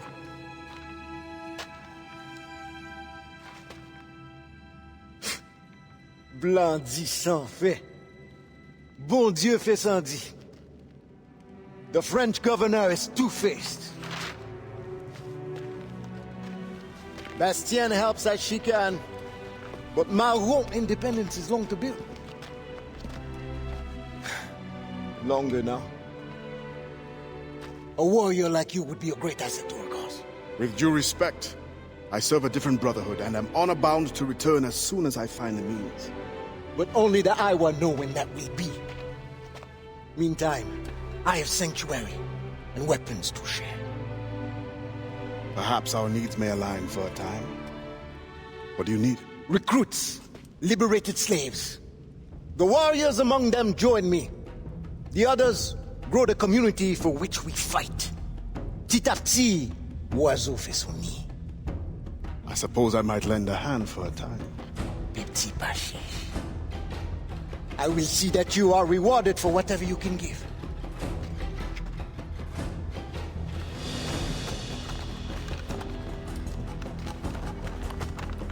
Best begin soon. There's much to do.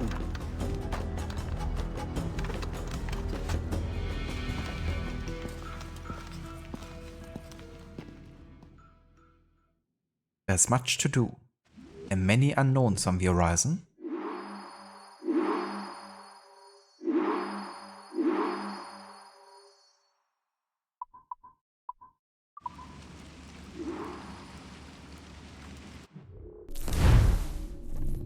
A blunderbuss is a short firearm with a large caliber barrel. It is flat at the muzzle and is only effective at short range. The word blunderbuss comes from the Dutch word dunderbus, translating to thunder pipe. As it served a similar role, some consider this weapon to be an early form of what we now know as the shotgun.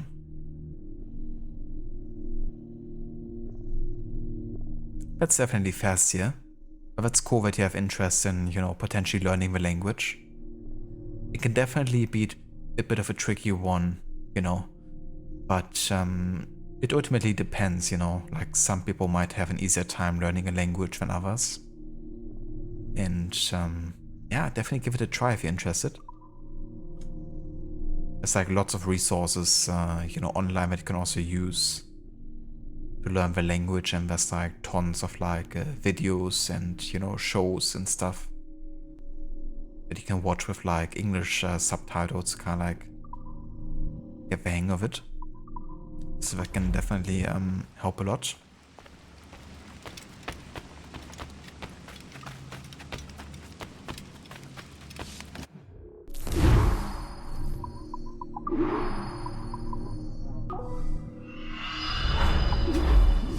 have a few new things today. Would you like to take a look? Yes. I want to buy the rope dart pouch. And the smoke bomb pouch.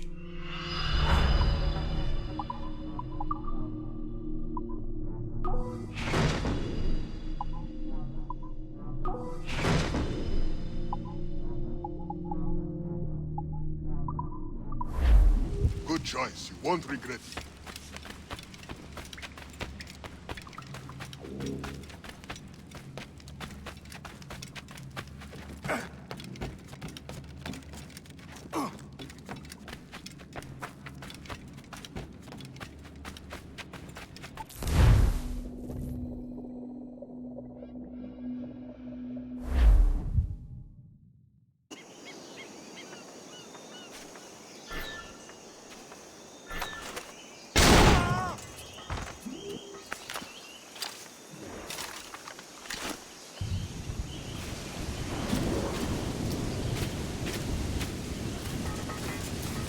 Another classic Ubisoft Quebec thing. Blocking main story content behind doing side activities. It's really funny how it can literally have like a checklist of things that Ubisoft Quebec would do. Them check them off the games that they have worked on.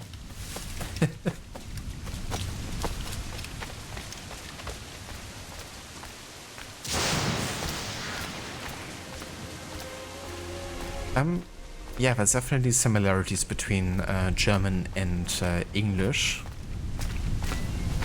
You know, based also on, you know, the Anglo-Saxon kind of like influence and all that. But I would say, I mean, it's difficult to say as like a native German speaker, but I would still say that German is probably harder. Due to, for example, having like articles like the, you know, the assassin. You have that, for example, in the German language with der, die, das, which is like different this or these that are based on the gender of, you know, the substantive coming afterwards. And that alone can definitely, you know, create some headaches with people trying to learn the language, like which article you have to say when and all that. But ultimately, you know, there's definitely similarities, and knowing one language will make learning the other easier.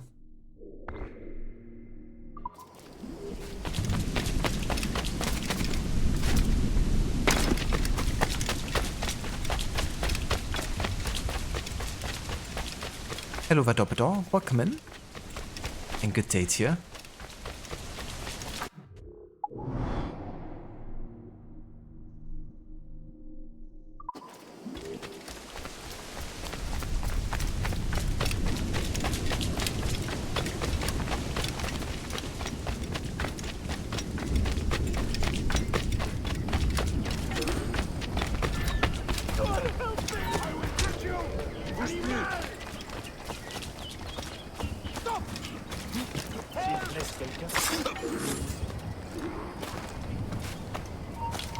Hey! Oh no!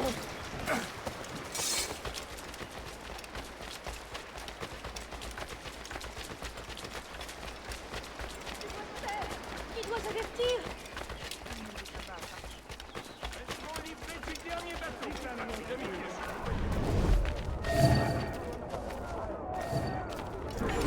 Fine bunch here, messieurs. Yes, yes. Perfect condition. What a beauty!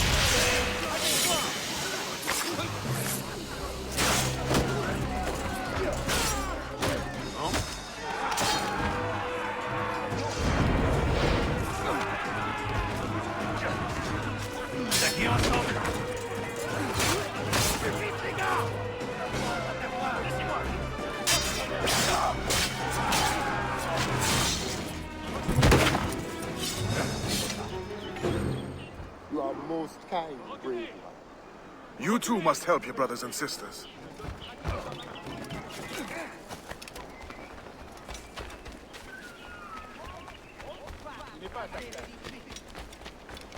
They may not, however, torture or mutilate their slaves at risk of being fined. I can't hear.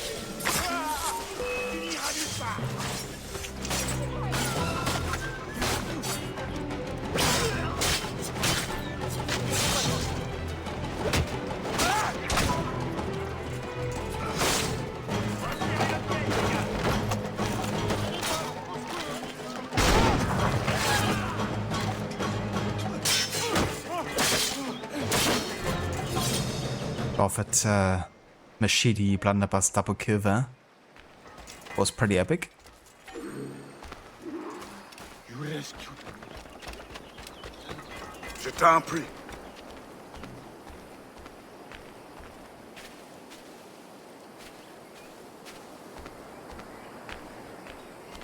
Oh damn, Sir, yeah, that would definitely be even trickier, you know, if your native language doesn't even have him.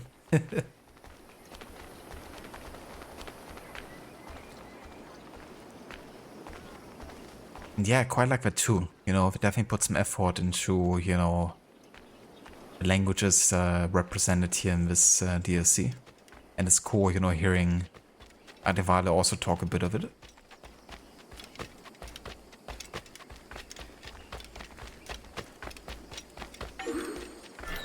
Mercy! Get back here!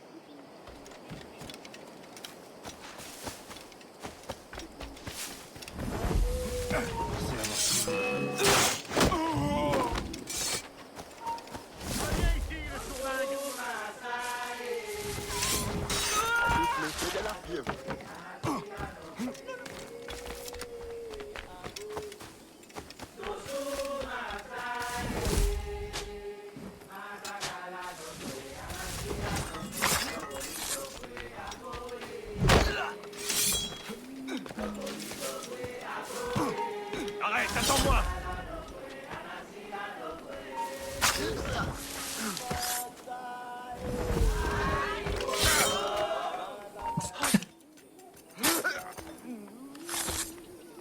I'm not bothered by that whatsoever.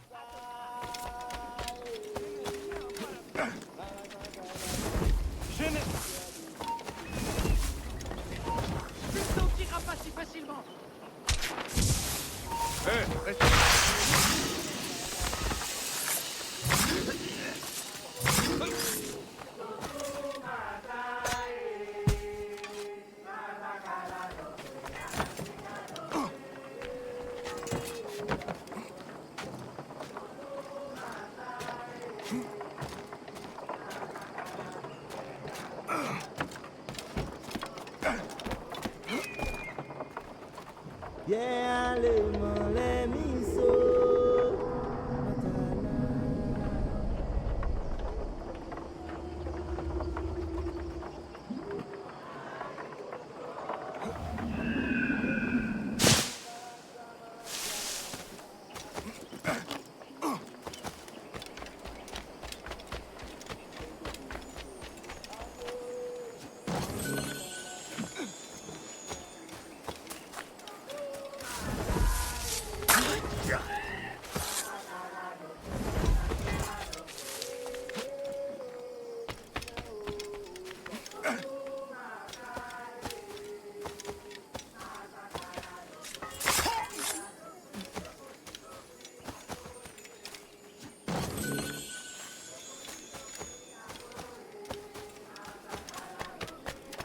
Dès que ces ennuis sont...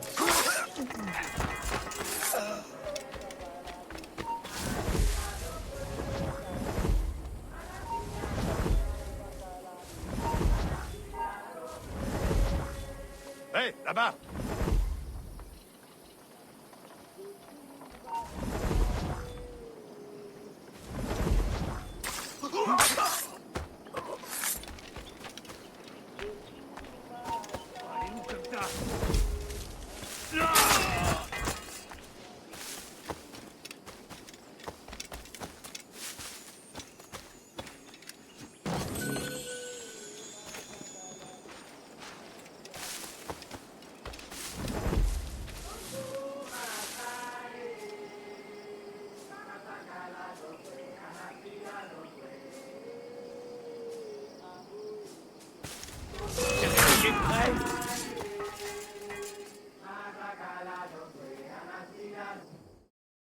You need to take shelter until the day is done.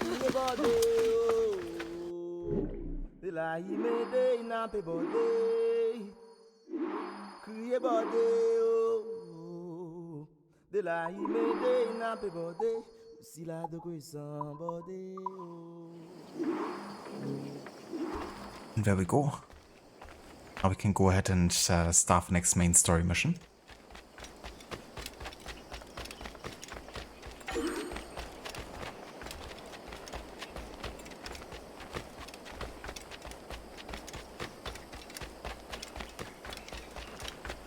Oh yeah, I love Brian Tyler's soundtrack on Black Flag. He didn't compose the soundtrack for Freedom Cry though. It was who was it actually? Let me see again.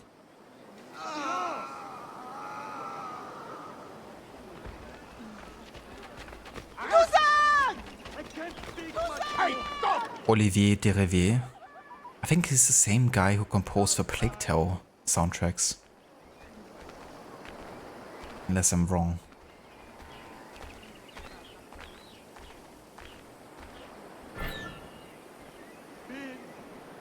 So much pain. Enjoy it while it lasts.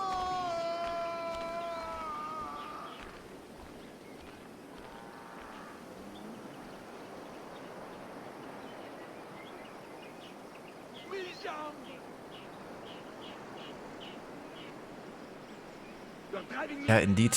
Yeah, he worked on the Plague Tale games.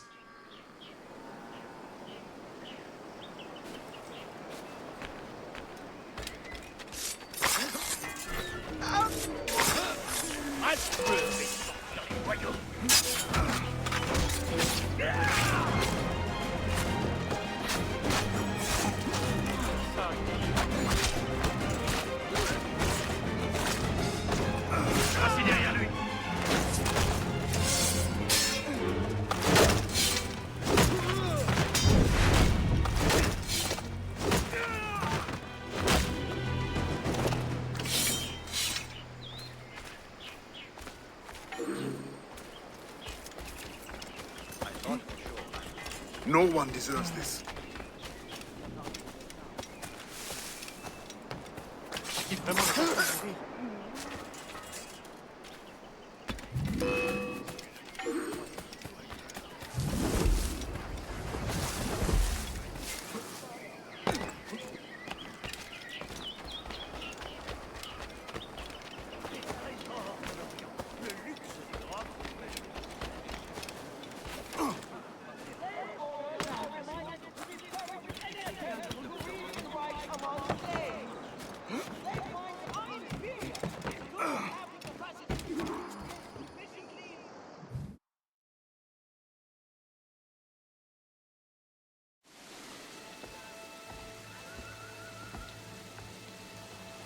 Every day, more slaves arrive. Human cargo makes for lucrative trade. I once hoped men of education could be made to see the cost. The profit makes them ignorant. With the right vessel, you could intercept the slave ships before they arrive. Or you would be free to leave. You have already paid more than your share to the Mawon of Saint-Domingue, and I am no master. I cannot choose for you. This brigantine could meet your needs if you could relieve it of its crew. Bastien has volunteered her women to draw the men away. Or you could set this tower light to distract them. Excellent options, all of them. What's this? Firecrackers. Some of your recruits salvaged them. It's only right that you should use them. Excellent. Once you send me a signal, I will send our men to join you.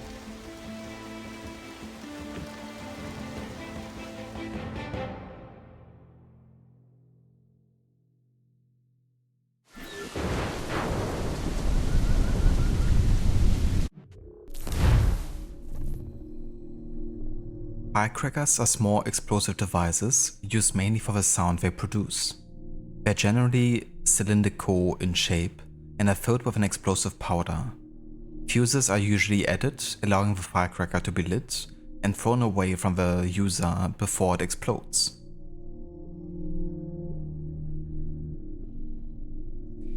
Thank you for the free stream streak there, Doppedor.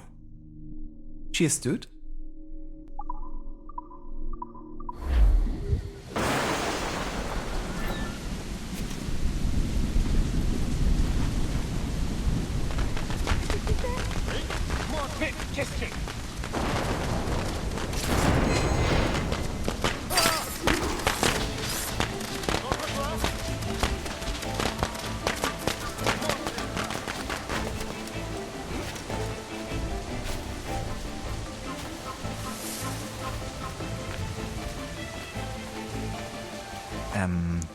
There's supposed to be troops here, like an overseer, but there's no one.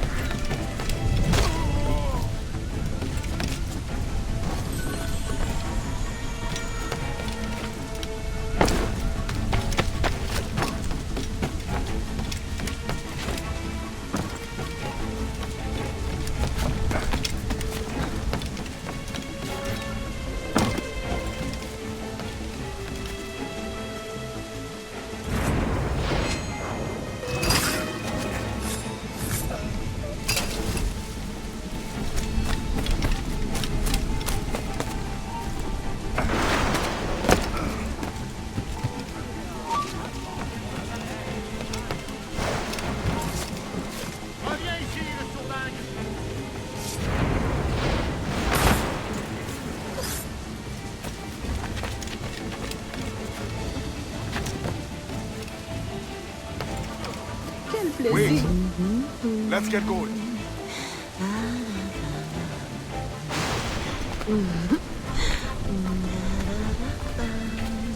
Bien sûr qu'on vous suit. Bien sûr qu'on vous suit. Quel plaisir. On est des bons qu'à sentir votre ardeur.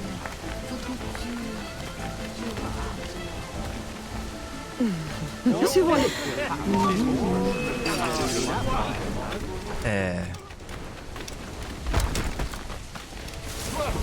Okay, that's bollocks. So as soon as I pick up the crate, can't be kind of like blending in with the dances anymore. Or in that case, you're just gonna die.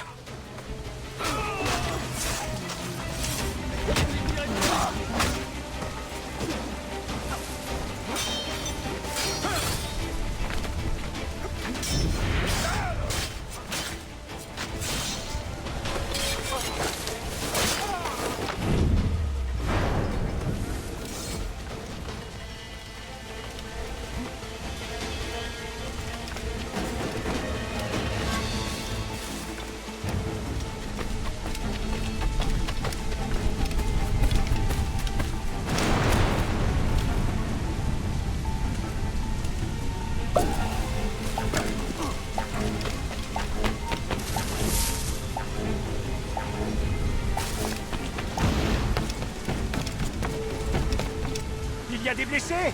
Vite. C'est le poste de Jacques. Aidez-le.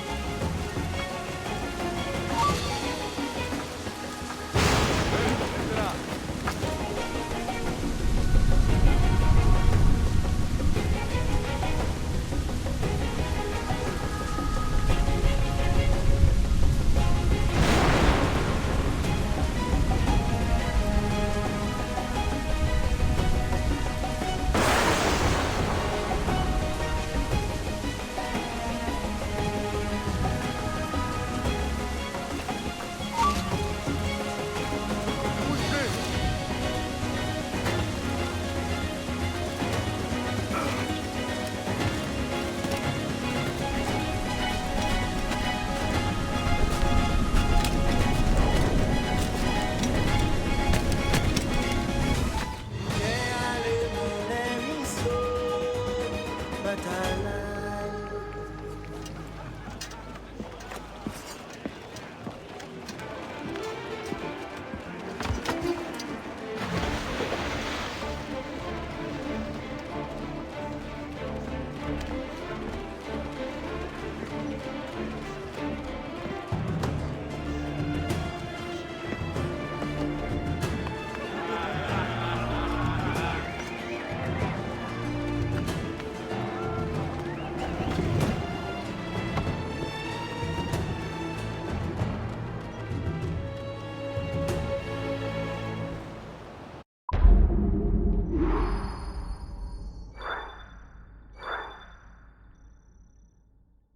The Ship of a Soul.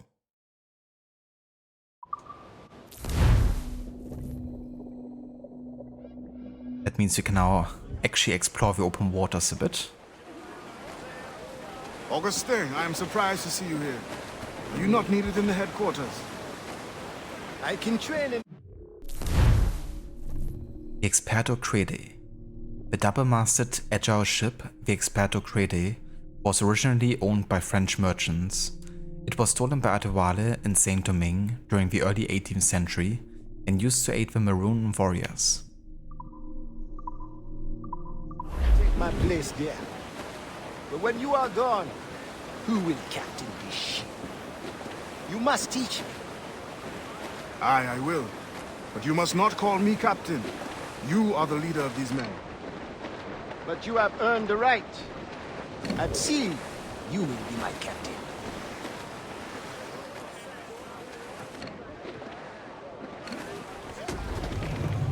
How did you come by your knowledge of the sea, Ade? It was my first true home. The Buccaneers offered me my first glimpse of freedom and I took it. I learned by observation. They will not teach you. Nor accepted me as their captain once I had proven myself. Only the assassins offered me real authority. You were born in Trinidad? Aye, on a plantation. Are there not Maroons there who could use your help? I know we are not alone in Saint-Domingue to fight for independence. There could well be. I have not returned to find out.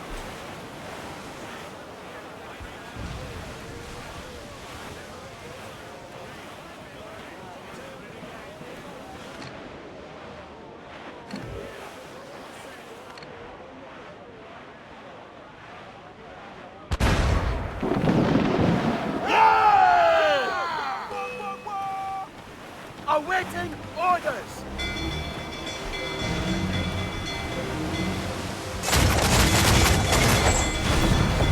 Captain, a red plate not there! We've been punched!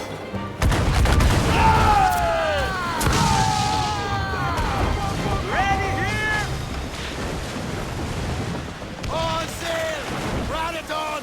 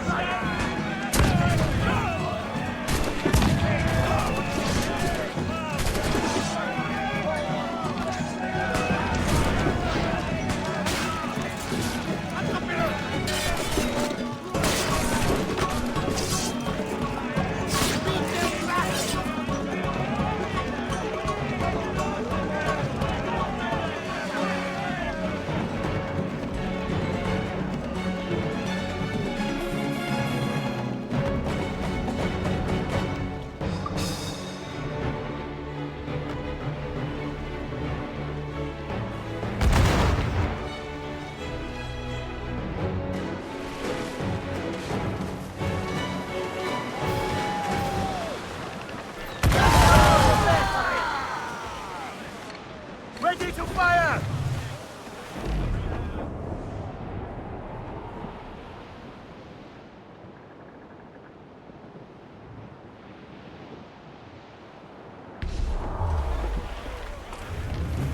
Well, mast! Bring it up, halyards! Pull!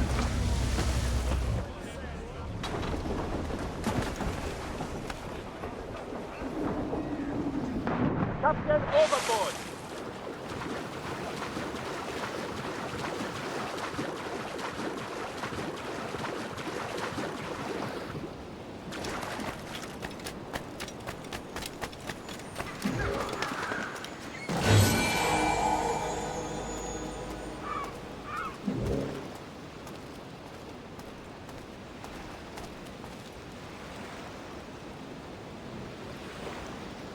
Yes, I have no idea what was actually in the chest there. There was money or something different?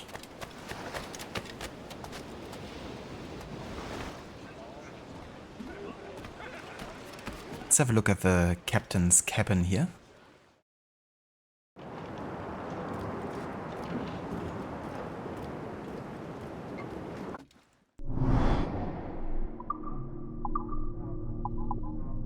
Ah yes, we could definitely get the round and heavy shot upgrades here.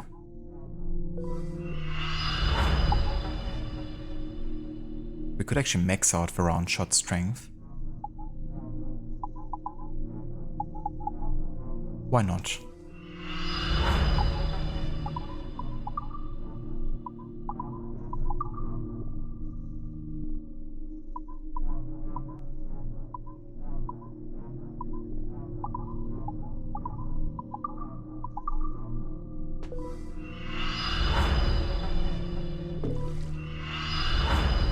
Let's also get the first upgrade here for the heavy shot as well.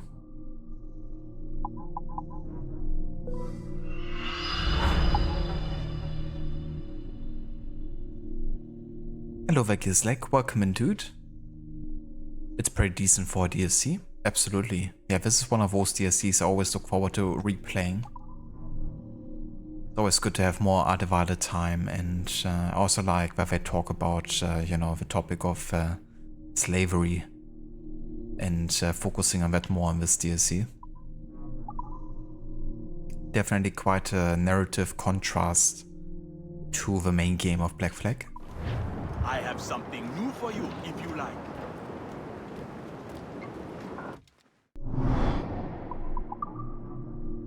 Oh yeah, we can also get the first dart pouch. Is this the one with or without broken audio? Technically with broken audio, but you can fix that by downloading the file that replaces the audio stuff from the other version. Well, this time I actually installed it as regular and it still worked out fine with the audio for some reason. I'm not sure why, like I didn't have to fix it this time. But usually I have to go through that and kind of like download that replacement file to get it working. Indeed, yeah, it was like pretty much all the combat sounds, like from your hidden blade, I think even, but especially the machete and, you know, the blunderbuss. But yeah, I've definitely done at least one playthrough like that because I had no idea how to fix that. It's definitely a bit, yeah, I don't know, anticlimactic, I guess. Thank you, Captain. To in combat like that. Especially with how brutal and visceral, you know, the combat looks like, and you don't have any sound for it.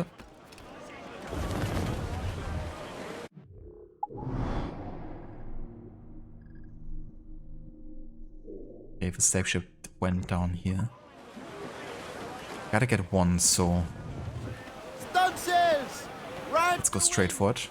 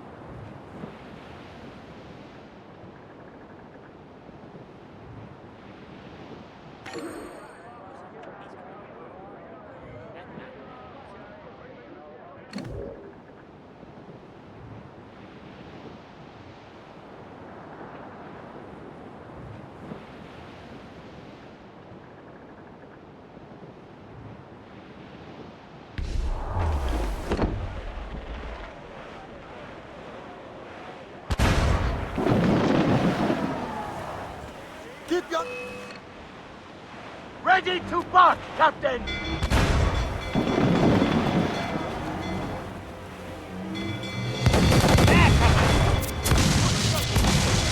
On your mark, Captain! That got you! There, Captain! Good shot to finish him! It is right there, Captain!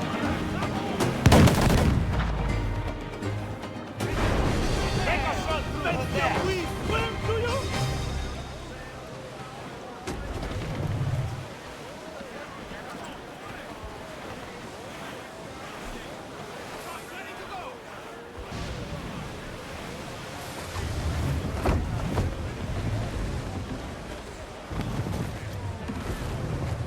Loose topsails, gallants and royals!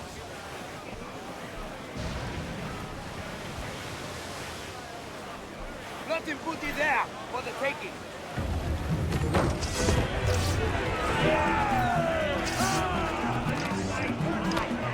Don't let them set foot on our deck!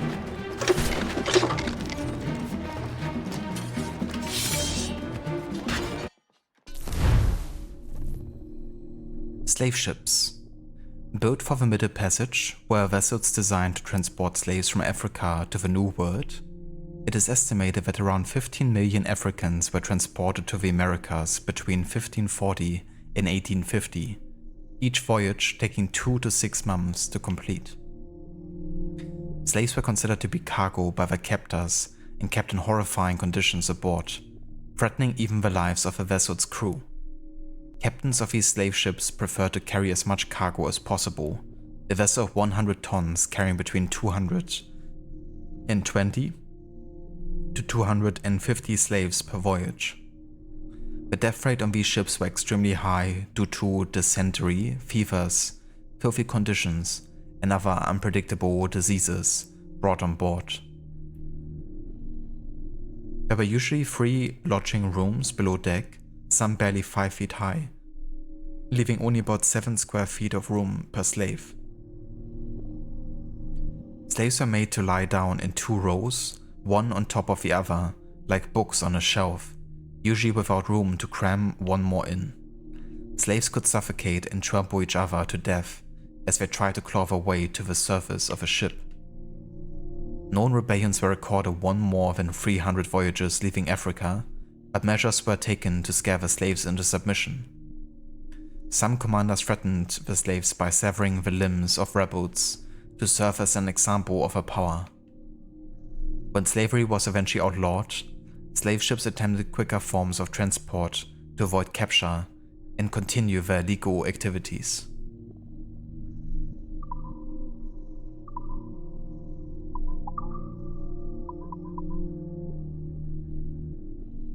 The Triangle Trade. The transatlantic slave trade, the most notorious example of a triangular trade model, operated between the 16th and 19th century. It was named the Triangular Trade for its 3 main entities: Europe, Africa, and the Caribbean, each with an agenda of needs and offers that catered well to one another. Europe desired goods from its own colonies in the Caribbean, driving a demand for slave labor to produce goods. Slave traders in Africa provided the slaves in return for European goods.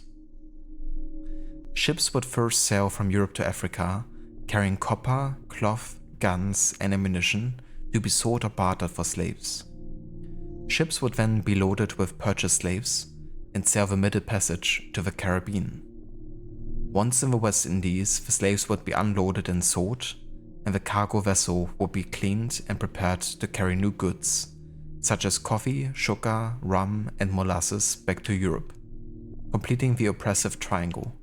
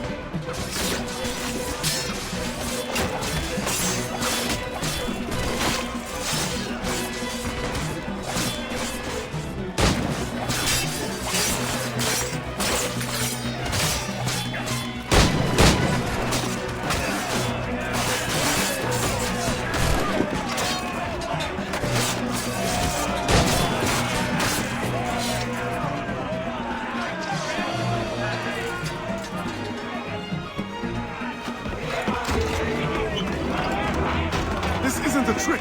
You can go.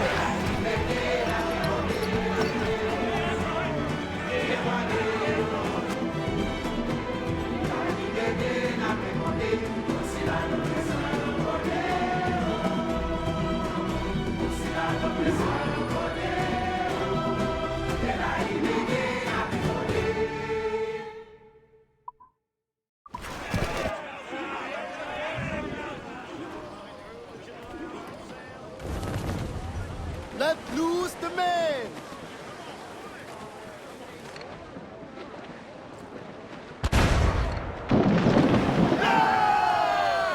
The mortar! Hit! Ready to march! Break us not through her there! Ready here!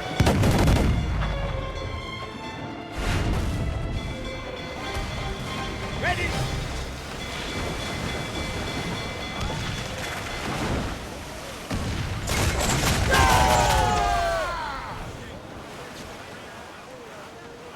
Cannon ready!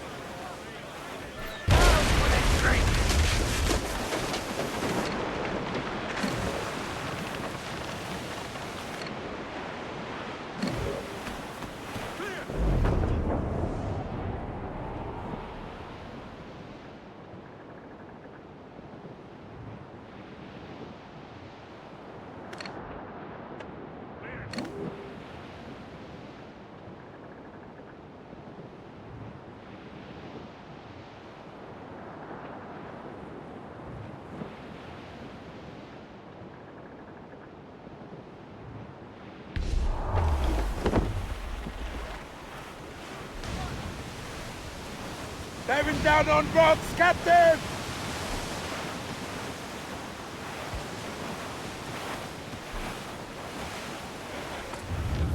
Right the cat head!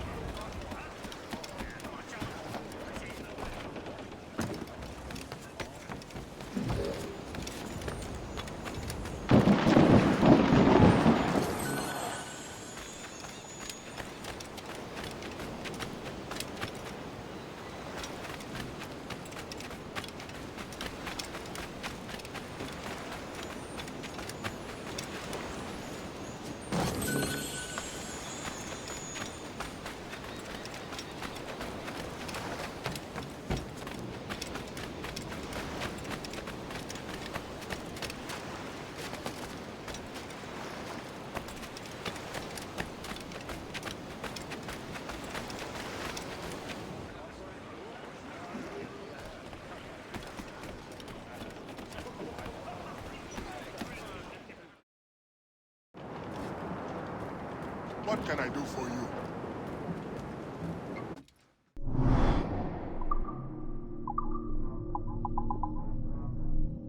Oh nice, we can get the ironclad ram. The embodiment of lasting determination, this devastating ram deals decisive damage to enemy vessels. And we can also get the final heavy shot upgrade here.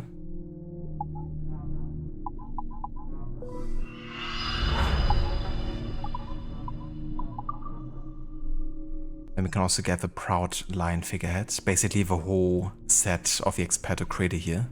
The kind of like cannon set, I guess.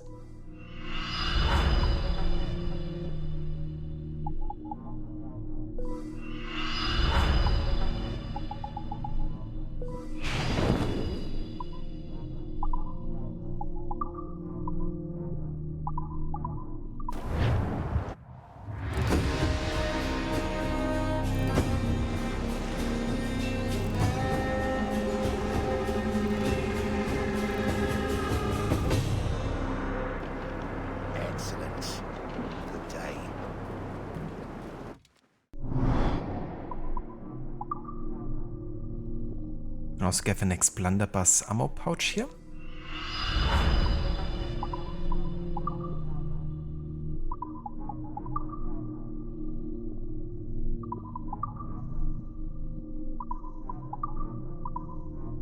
And that's gonna be it for now. Good luck out.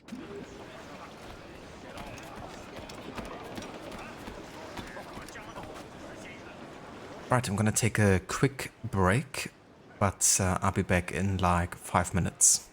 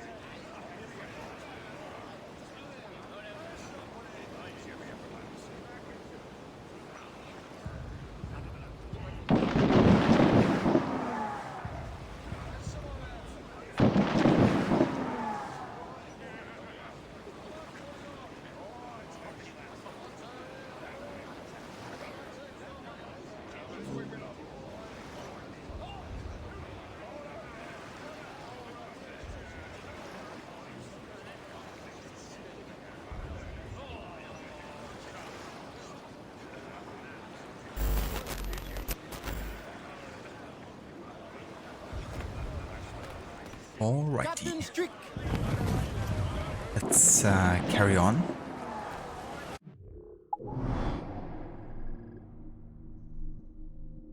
There's another slave ship over here, actually.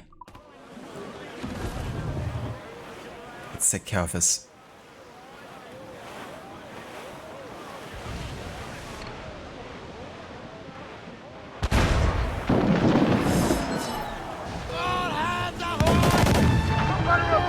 We are ready!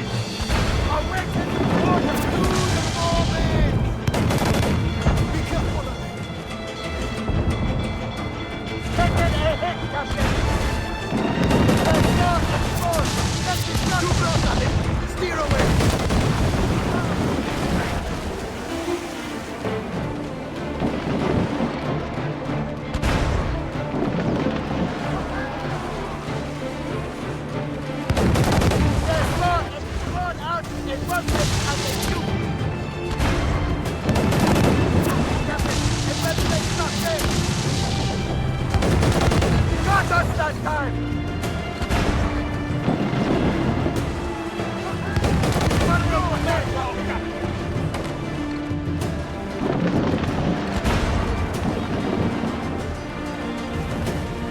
Get out the rain!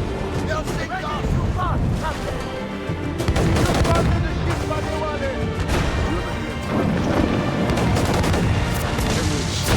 And mad for someone. Legends tell that she sunk somewhere off the coast of Hispaniola, but none know just where. You believe it is here? Likely I succumb to nostalgia and knowledge.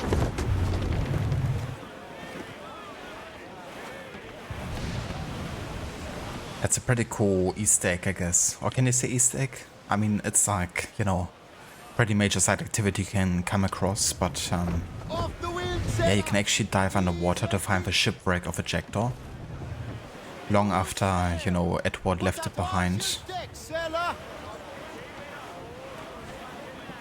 It's pretty cool that they put, you know, another reference to Edward into this game.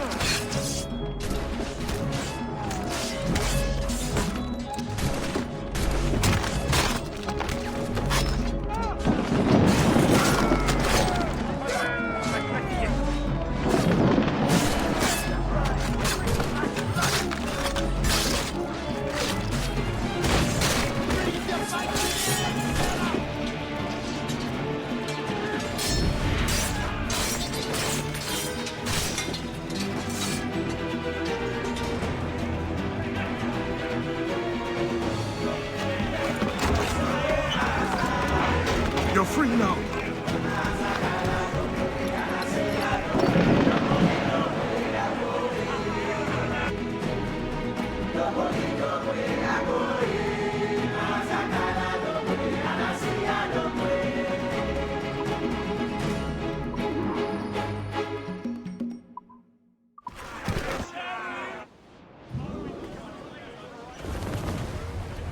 We've taken materials a deal for upgrading the ship.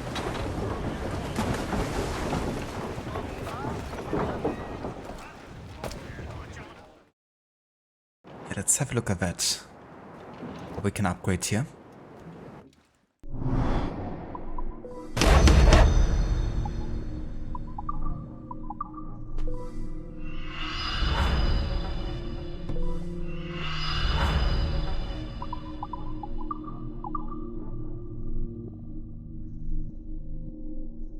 Okay, I think the hull armor is actually the most important for now, so we're gonna get this first.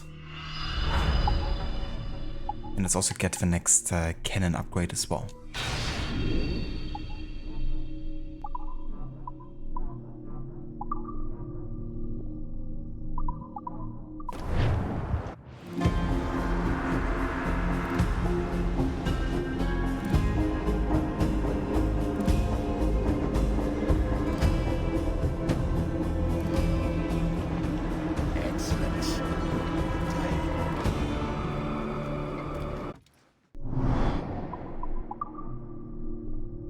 And then we can also get the last back upgrade here for the firecracker.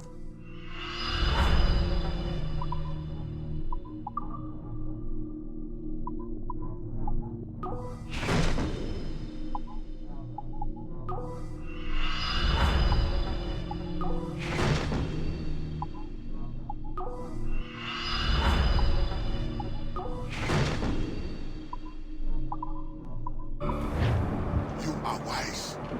My thanks and good luck.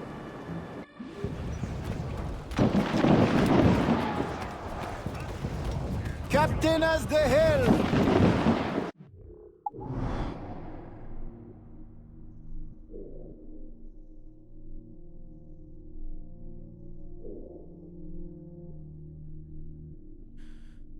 Okay, so usually I would do the shipwrecks and kind of like, you know, get the lore bit there, but considering it's not really, you know, like much of a historical focus, I'm gonna skip on it for now.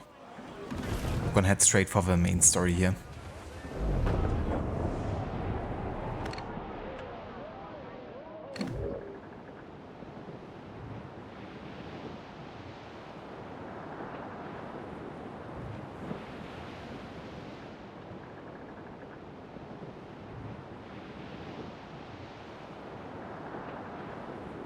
One thing that would have been cool, since you don't actually have any shanties in the Freedom Cry standalone game, understandably so, you know, but there's plenty of like plantation songs that you can hear in the game, you know, and it would have been cool if actually sung those, you know, on the ship instead.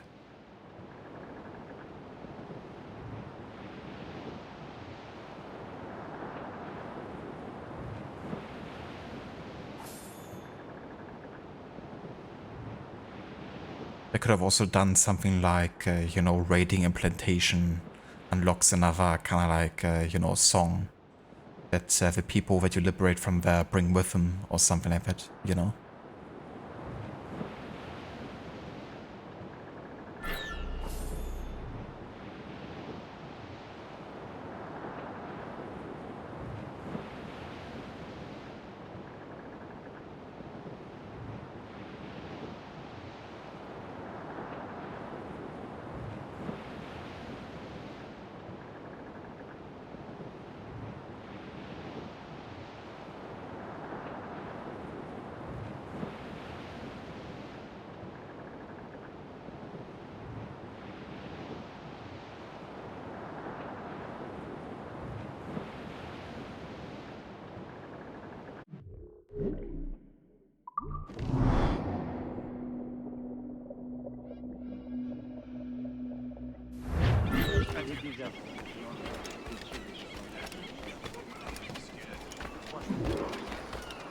Goodly people of our city,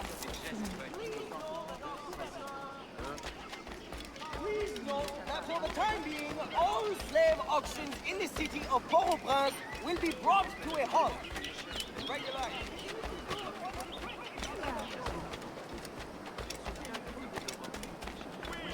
As the citizens of Port-au-Prince have the great honor of hosting a grand exhibition of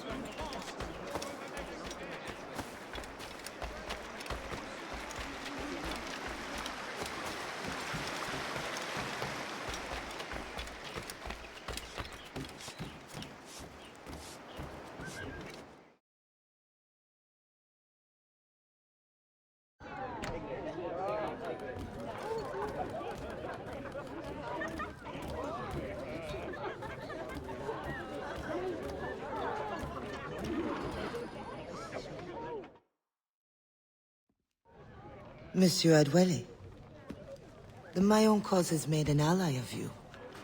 Augustin speaks highly of your help. I do not know how much longer I'll be able to continue, but the Maroons are outstanding warriors. Augustin has provided me with everything I might need to get by until I return to my brothers. I believe you owe me a parcel then. Let me hold it a while longer, for safekeeping. You are not a man of your word. My word was perhaps. It stands. How little you must think of me.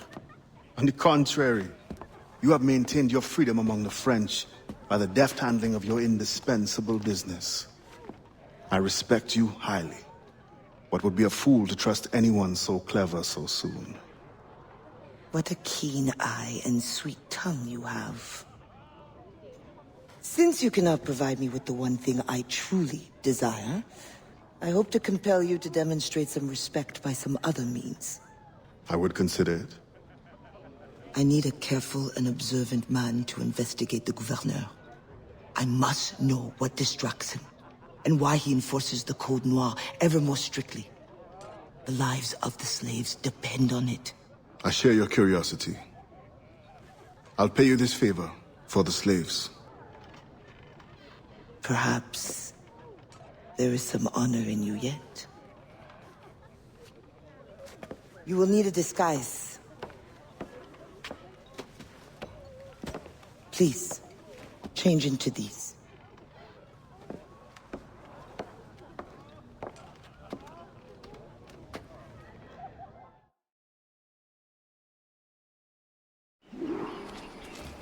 A slave's rags. What do you mean by this indignity? Do you mean to see me recaptured? Indignity? Do you hold your enslaved brothers in such low esteem? Do you hold any man in high esteem? Or are we all pawns to you? You should be so lucky. There is no trick. It is only that, well, the Gouverneur de Fayette will host a soirée soon. And imagine, I am not invited.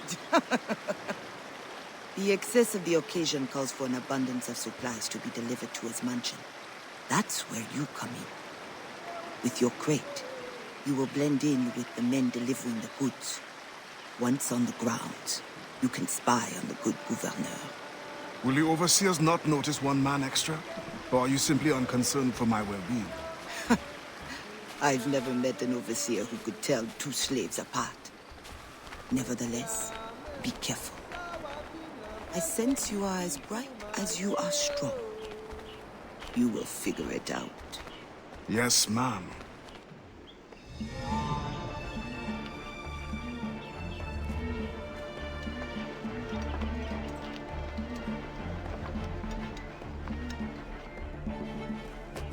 Here they come.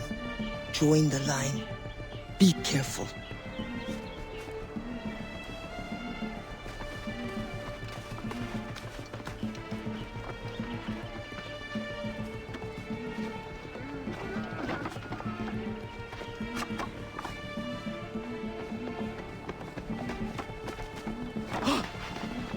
What's going on back there? Fall in line!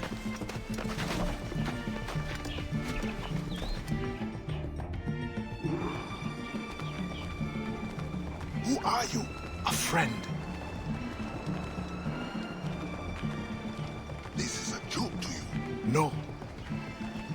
You will get us all killed. Shh.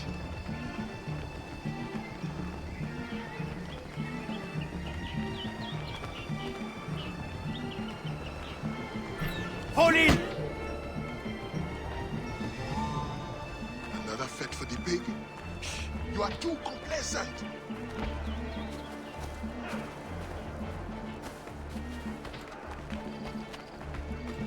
Excellent. Put the crates down there, chers messieurs.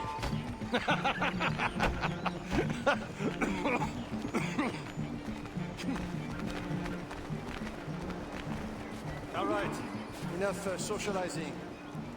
Back to work. Grounds must be fit for a king when my guests arrive. Lazy bastards. Both of them should be whipped. I'm a prince, you realize? I'm a prince for putting up. Ah, My feet hurt.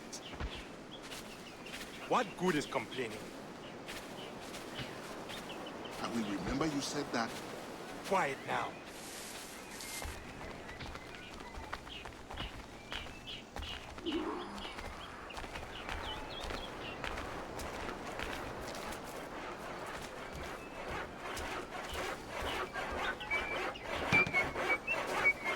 Friend, does the guard change often? As often as night moves today. Thank you. You are a friend. Prove it, blood.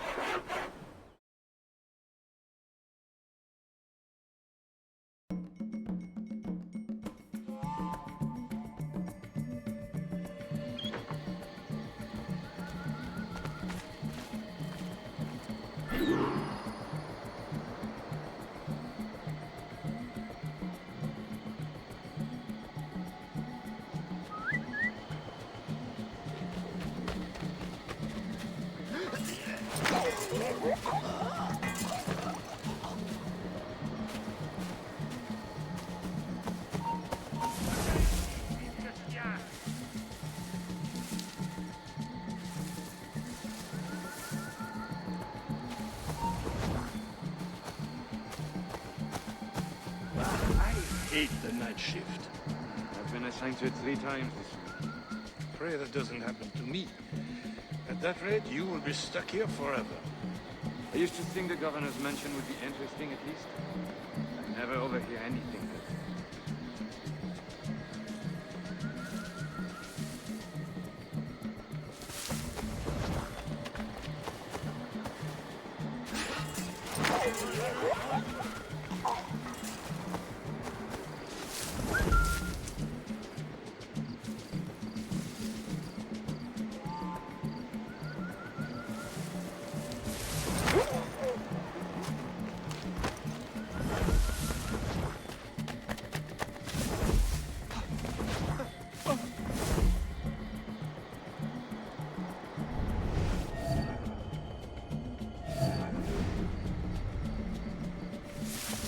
What do you think they are talking about? Dieu seul le sait. But I hope it's something exciting. You are right. It has been too long since action came our way.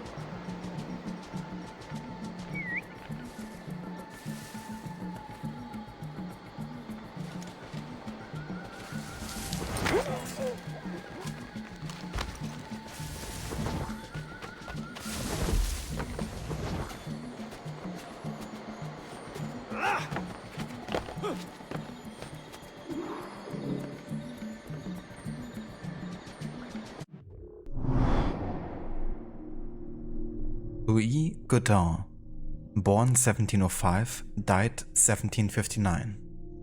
Louis Godin was born in France and demonstrated academic ability early, publishing his astronomical tables in 1724 at the age of 19 and gaining admittance to the Académie Française.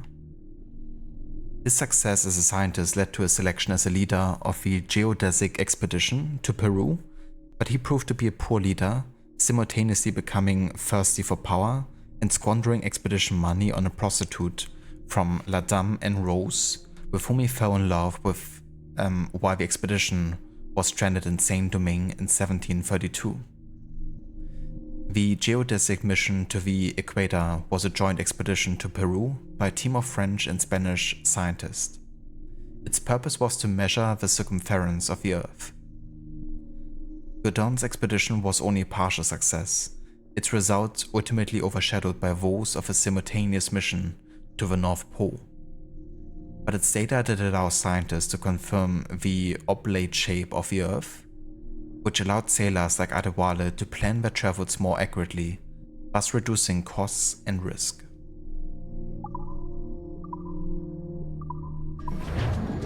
Everything will cost more than our initial calculations suggested. I heard you gave Bastian's girl a jewel worth more than half the fleet. Does this account for the missing funds? What I do with my purse is my own business. What happened to the funds I released last month? But the science of navigation is expensive. I dare say it is. If you measure every fathom in perfume and silk.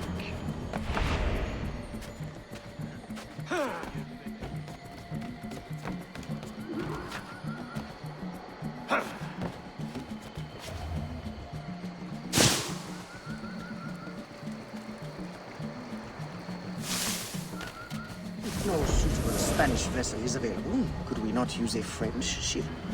Are you trying to start a war? The treaty between our nations is fragile. We cannot afford any suspicion of smuggling. Your name will go down in history with mine if you supply the funds and the ship. Thank you for the offer, but I have an expensive colony to govern. With the volume of slaves you import, I'd have thought you'd have gold to spare. Even free labor is not free, my friend. Slaves are expensive to replace. The poor beasts expire before they can reproduce.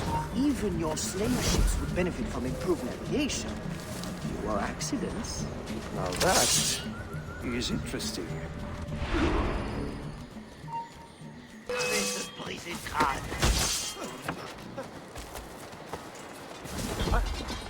Toi dans le buisson. Sors!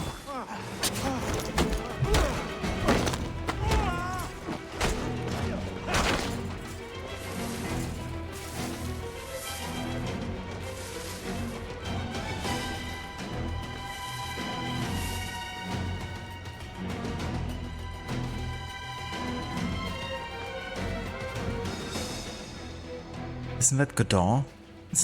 Like, we can't kill this dude. He's not supposed to die for another, like, 24 years.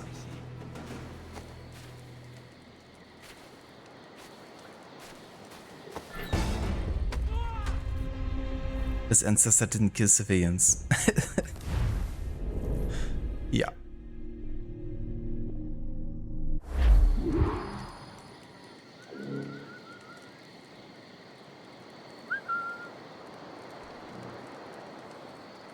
It's kind of funny that he still ended up trying to fight me, though.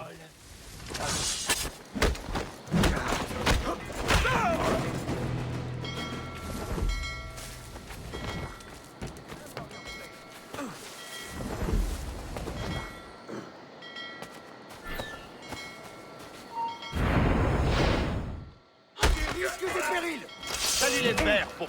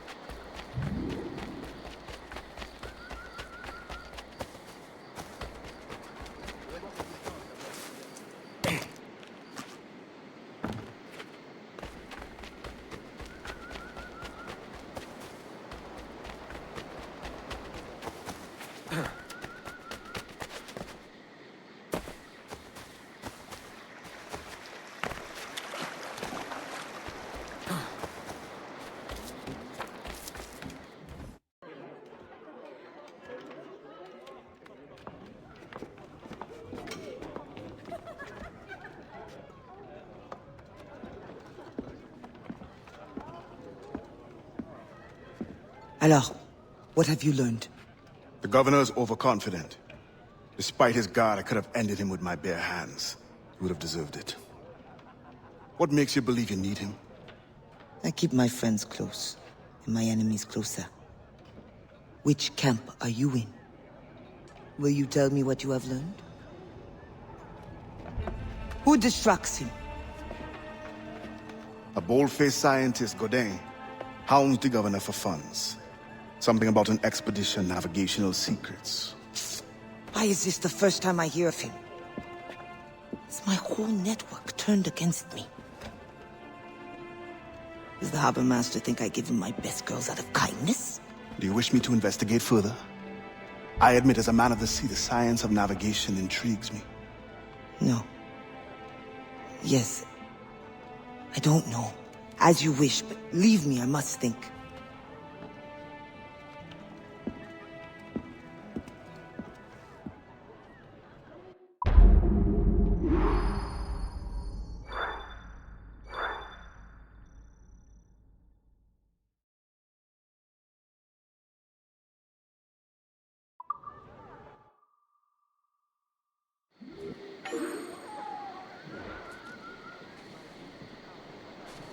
Attrapez cet animal!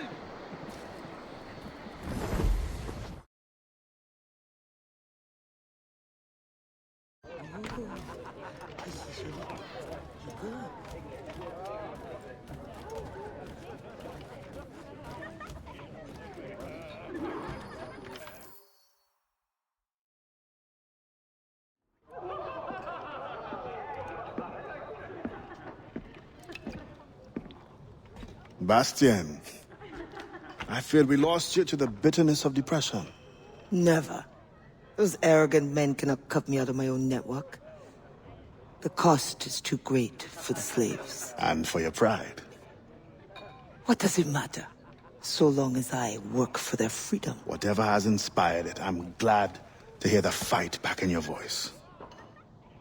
How can I help? The scientist, Godin. What is his full purpose here? Can you find that out? Whatever secrets he carries, I will uncover. Start with the harbor master. He sees everyone who comes and goes. He should have kept me informed.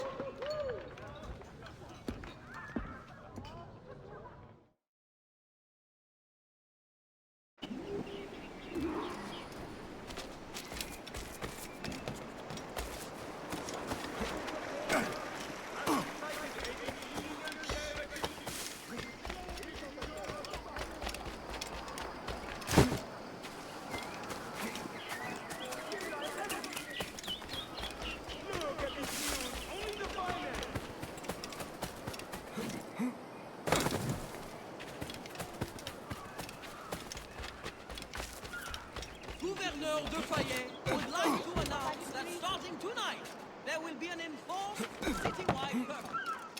Citizens outside during perfect hours.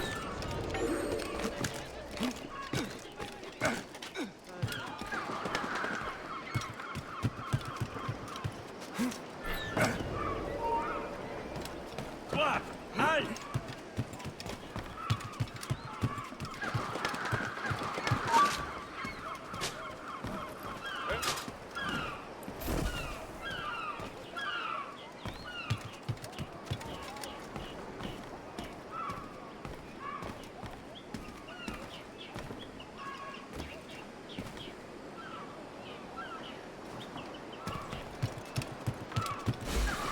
Passera pas.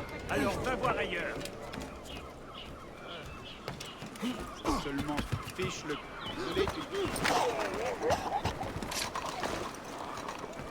The governor de Fayette requests that Monsieur Gaudin's geodesic expedition be equipped with every resource it demands.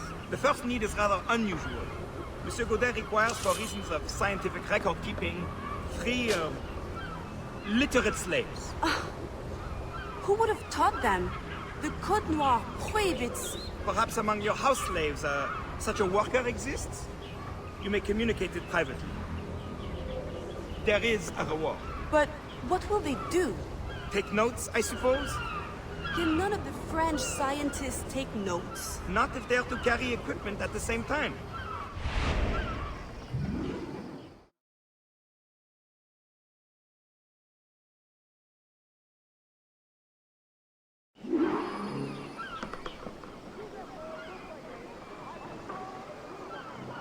Okay, we gotta complete all 5 investigations here. And we can't kill anyone while investigating.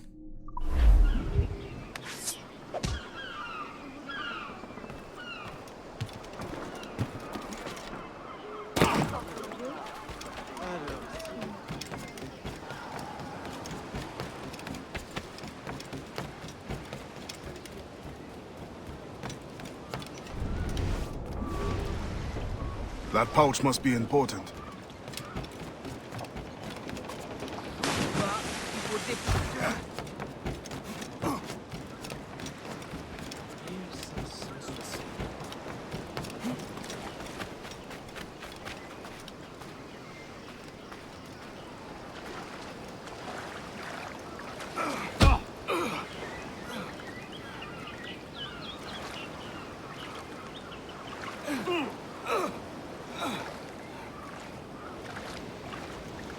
So why can't I steal? Fuck. pieds dans la tombe. And then there's guards spawning in my face, right? Game? Are you shitting me?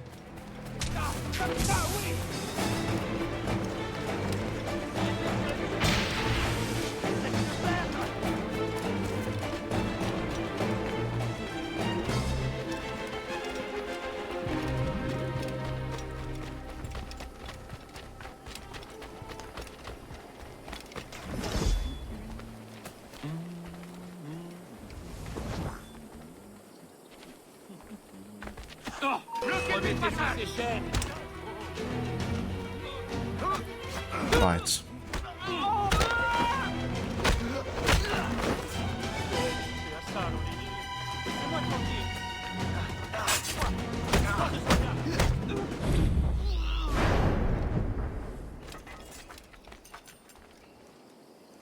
So can I get my...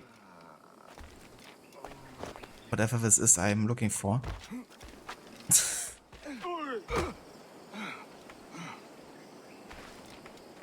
I think it's straight up bugged out right now. Something.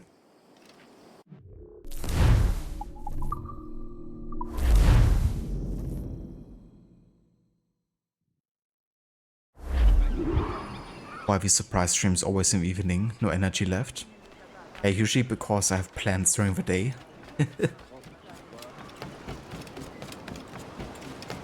But yeah, I mean that's definitely fair too, you know, if I understand in the evening if you just wanna chill and stuff. That pouch must be important. Now I can loot all of a sudden. Okay, so it was definitely bugged then. Spain continues to insist the expedition wait for a Spanish ship. But we are allies now. Can they not be persuaded to allow a single French vessel passage in the name of science? We are, after all, allowing Spanish chaperones on board. Signed, Louis Godin. He does not realize the risks of this voyage.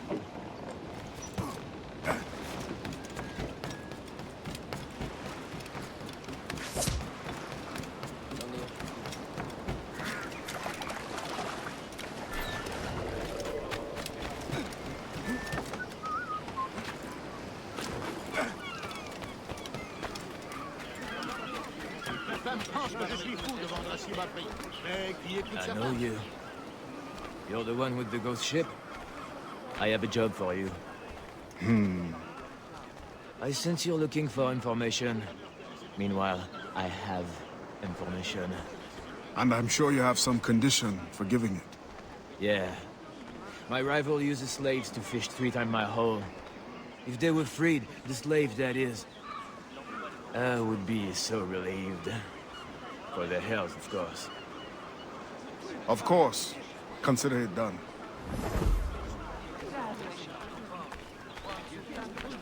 Tout ce que je vends est neuf et sans défaut de fabrication.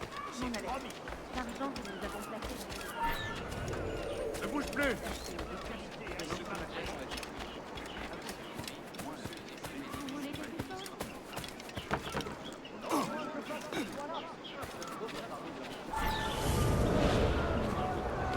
In the territory of Quito, the mountains and plains will favorize our triangulations. Our measurements will allow us to know the exact shape of the Earth. Egg, oval, or globe? That is the question. With this knowledge, France and Spain will have the privilege of navigational precision. Won't the Spanish then have too great an advantage at war? It was the only way to gain access to Quito.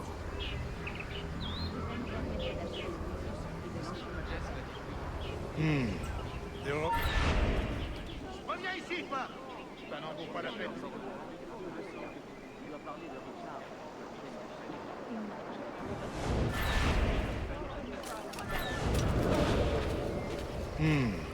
They're always one step ahead. Now that we are allies, perhaps we will walk together.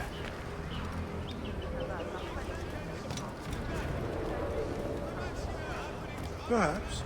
Still, I'm surprised they're allowing your expedition through. Are they not worried about smuggling? Oh, probably, but for all their military might, they're not as strong as we are in the sciences. They need you there. And they are sending us a couple of chaperones.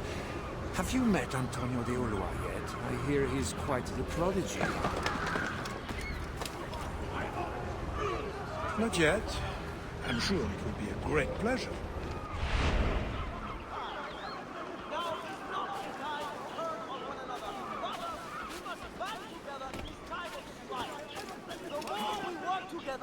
The faster we can see Port-au-Prince back on the map. Would like to announce that starting tonight, there will be Hé, mon ami! Je t'attendais justement. Viens voir ce que j'ai à te montrer. D'abord des esclaves qui s'enfuient, et maintenant des attaques de pirates. Aurait été un honnête homme à faire vivre sa famille. Ah, n'approche pas de moi. Retourne d'où tu viens, animal. Je dois tout vendre avant la fin de la semaine. Venez en profiter. Durant cette dernière semaine, je trouve ça très curieux. Mes pauvres enfants. Tiens compte de cet avertissement. Va jouer ailleurs.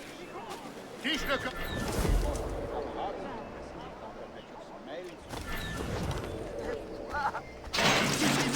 Much worse if you continue to run! Il est là! Allez-y! Oh, approche-toi des coups.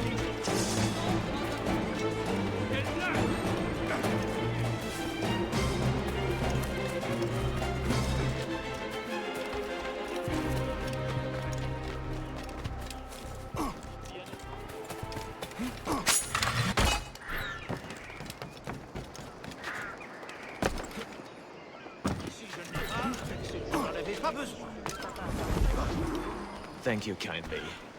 I did not do it for kindness. The information now. Out with it. Ah, yes. The harbor master is stockpiling too much cargo for a simple expedition. Too much cargo, not enough cannons to protect it. Can only mean one thing. Smuggling. Thank you.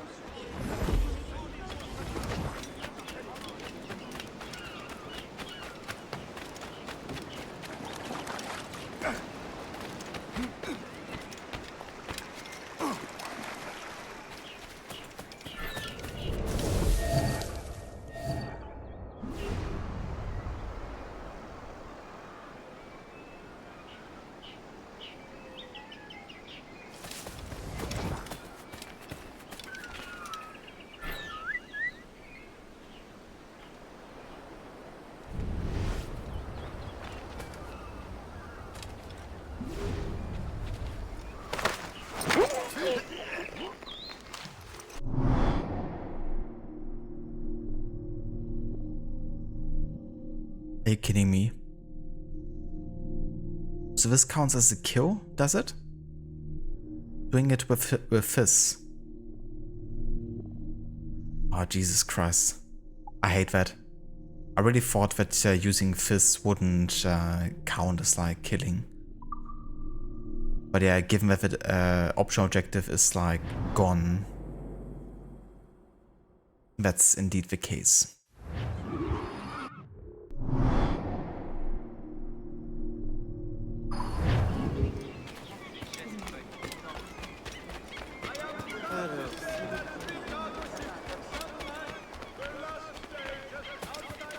That's the reason why this mission is kind of like notorious for being one of the trickier ones to complete with a full sync.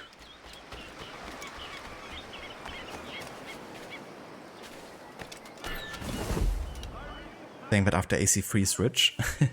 That is true.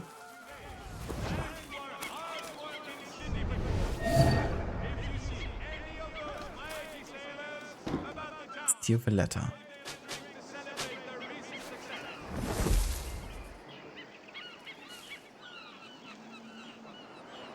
A letter?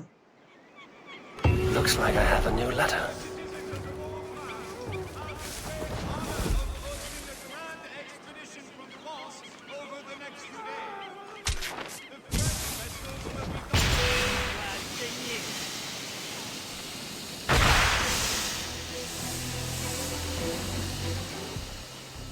So I can't steal like that, I guess. Great.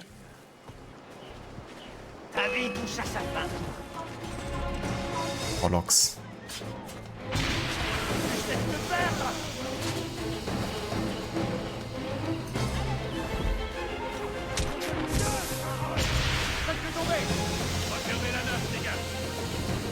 Mr. Can't do for buddy. Ah, Jesus Christ. Why can't I loot him? Come on now.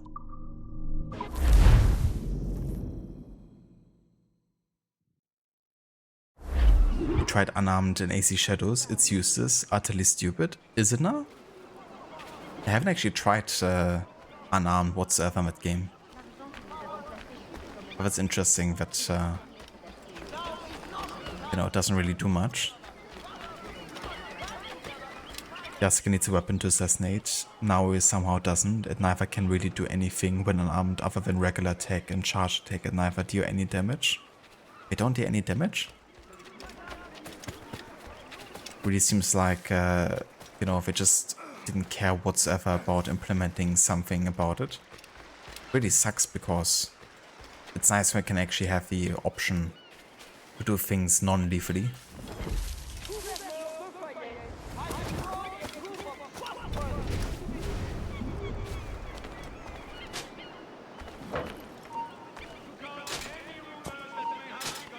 Plus un geste. Devez se briser le crâne.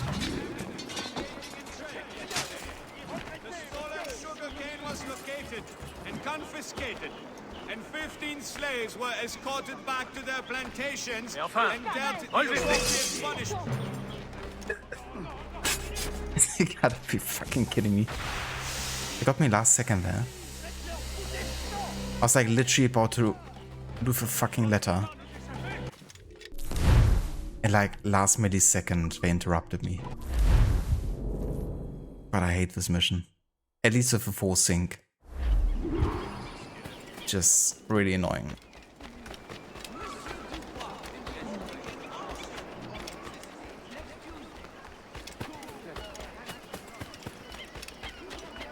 But yeah, unarmed combat in Valhalla wasn't actually half bad.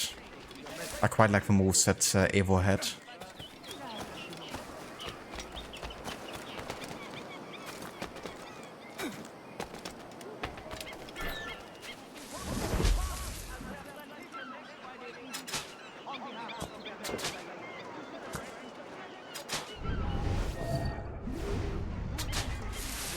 Dude. Why is he not getting stunned? This is fucking bullshit.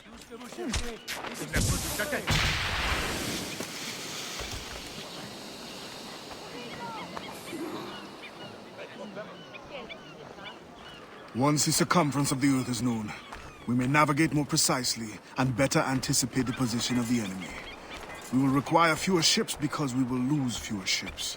Our cannons will aim true, and commercially, well, you know how it is with pirates and slave ships.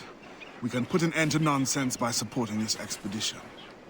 Signed, Gouverneur de Fayet. There is much at stake here.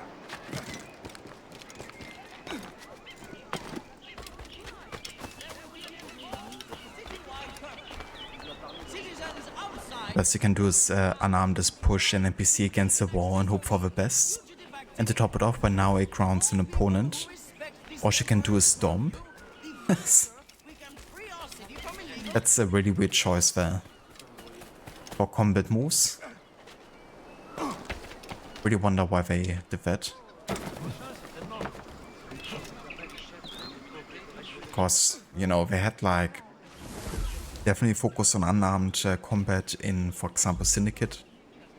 Odyssey had, you know, a couple quests with a focus on it.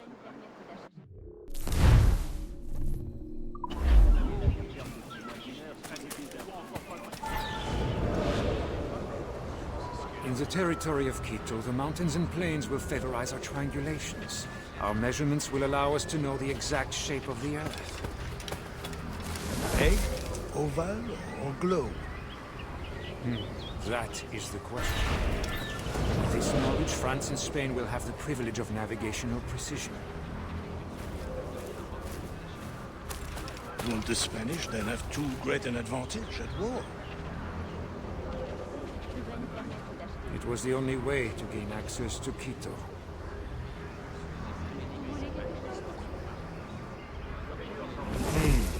They're always one step ahead. So we will walk together.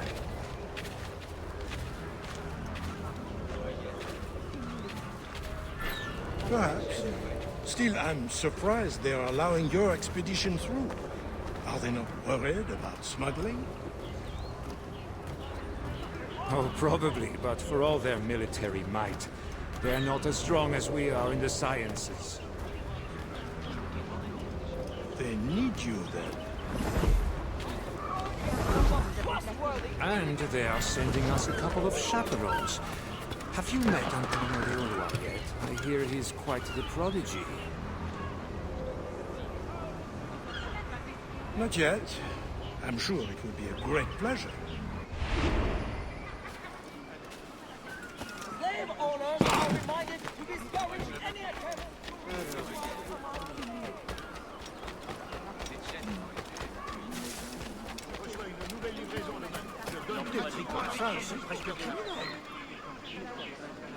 But it's too small percentage in the statistics actually use it all the time. That would definitely be the assassin's good way of handling things. It's like, yeah, only, you know, so-and-so % of the players actually engage with this mechanic. So we're not gonna make that an, you know, important thing anymore. Gotta streamline things further and further.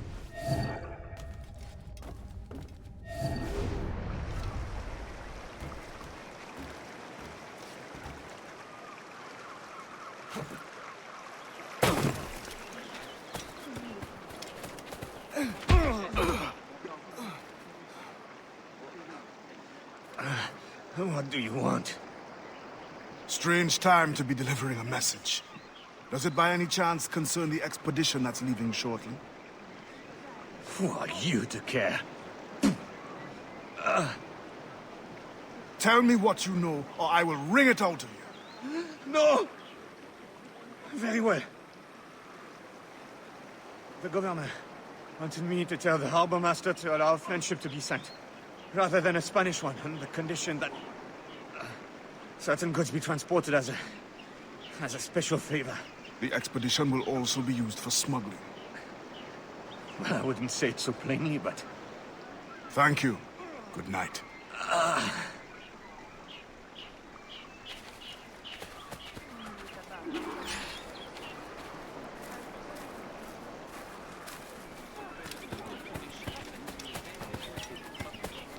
It's kinda odd that Adevales says good night. It's like, in the middle of the day, dude.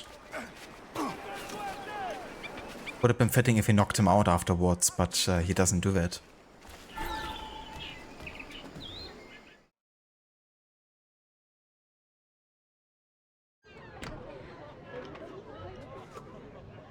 Dr. Darling, and since you have no energy left, it's time to sleep until the upcoming awful morning.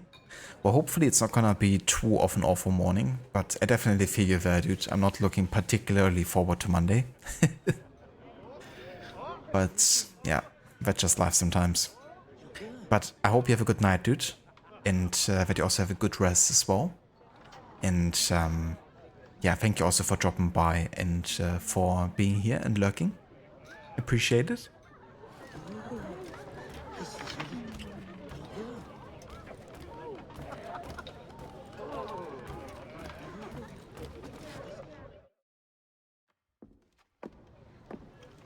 Alors, what did you find? An opportunity beyond imagination. These scientists aim to record navigational secrets for our beloved kings to use at war. But we can seize them to extraordinary advantage for my brotherhood and the Maroon. We need only supply literate recruits, and the rest will take care of itself. That is all. Nothing more on the governor. That is all? That is everything! How many more could be freed with this knowledge in our hands? All things require balance, Adewale. To achieve independence, the Mayon require stability, anonymity, and information. That has always been my role. What now? That is what I thought. The storm brought you in, and you will leave on the tempest of opportunity and imagination. And I will be left here to do what I can. Powerless. No, any day now the Maroons will rise up. Then I will leave, not before. I've decided. You are as arrogant as the French. Blanc. All of you. That is all you are. Bastien? No. Go now.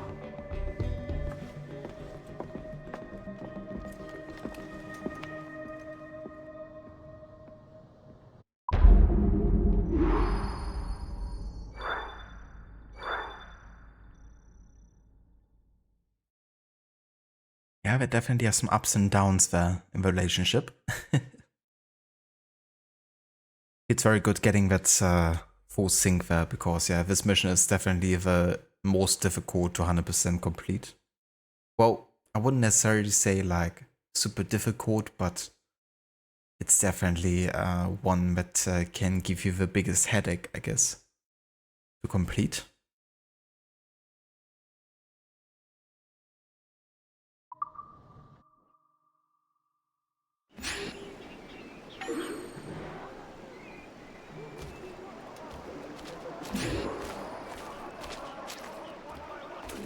Right, that unlocks the next threshold here. We have to liberate the Wellington plantation.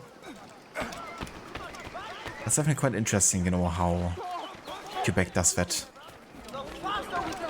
You know, constantly kind of like cramming in side content for you to complete. In a way, I can understand it, you know, makes sense that you wouldn't go from like one main story cutscene to the next, you know, and you know, feel like there's still some time passing. But at the same time, you should leave it open to the, you know, players, I think, to decide when to do the main story and when to do side content.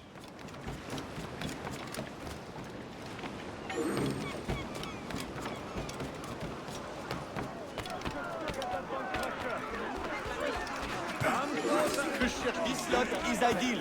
I haven't seen them this good in a while. Excellent. The merchandise is in perfect physical condition.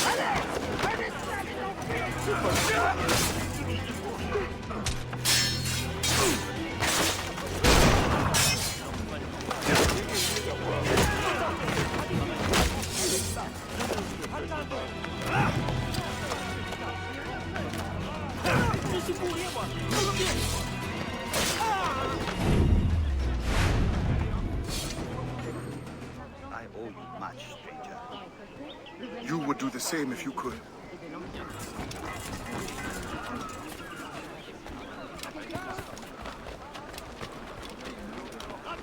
Righty, but yeah, this is gonna actually be everything I will be doing tonight for this stream. But yeah, we're about 2/3 now for the main story. Got 3 more missions left here, so we're definitely gonna be finishing this, you know, DLC / standalone game in the next stream of this. And then I'm also definitely anticipating that we're gonna be jumping straight into AC Rogue to start off, you know, the next timeline between AC Rogue, AC3, and Liberation. And yeah, once you get to those games, there's gonna be much more jumping back and forth between games again. But yeah, I'm looking quite forward to it. It's gonna give us a nice kind of like, you know, variety and like a change of pace. It's also cool to kind of like fill in the gaps between like, you know, the Templar introduction in AC3 and what happens in Rogue. But yeah, that we'll have to wait until next time. For tonight, let's go ahead and quit. No worries, Sheila. Thank you for being here, dude. And for joining us tonight. Let's have a look who's online and if we can raise someone.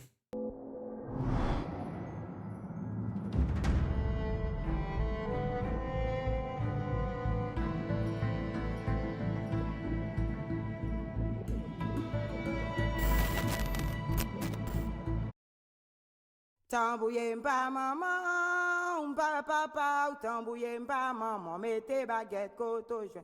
Tambouille pas maman, tambouille pas papa, mettez baguette côte au joint. Tambouille pas maman, papa, tambouille pas maman, mettez baguette côte au joint. Tambouille pas maman, tambouille pas papa, mettez baguette côte au joint. Tambouille pas maman. Alright, let's go ahead and raid out to Arctic. He's playing a bit of XCOM. The second one that is.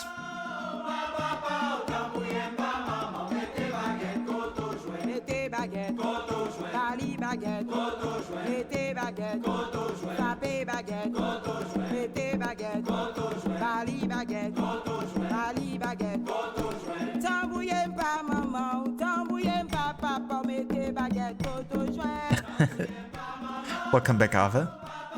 The trend is back, indeed. You joined us at the right time.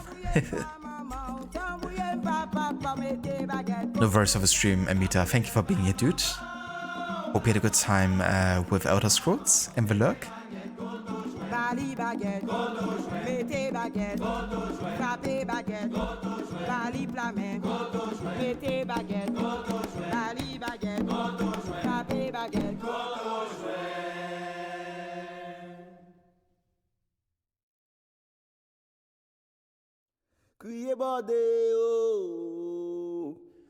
Before we go and raid out, I want to give some shoutouts here to Rod, who's been playing Alan Wake 2, Gistek, who's been playing Digimon Story, Time Stranger, Amita, who's playing some Cyberpunk 2077, Shilla, who's been playing the Dark Pictures Anthology with House of Ashes, Ave, who's been playing Resident Evil 4, and also Maxi, who's been starting his first ever playthrough of Plague Tale Requiem. If you're interested in any of the games, or to catch up some other streamers of the community, then definitely feel free to check out any of those streamers. Can highly recommend.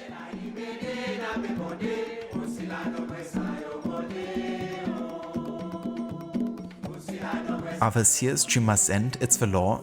Pretty much is.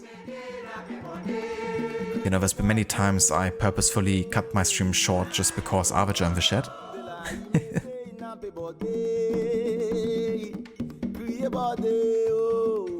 And that's some words for the shoutouts. Why is this song an absolute banger? I know, right? Yeah, the soundtrack actually slaps. Yeah, it was pretty cool actually that they, created this kind of soundtrack for the game.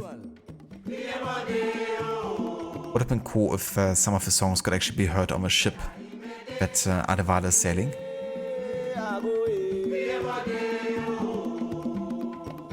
The verse for the stream Ava. But yeah, I would say let's have a look over at how XCOM is going for Arctic.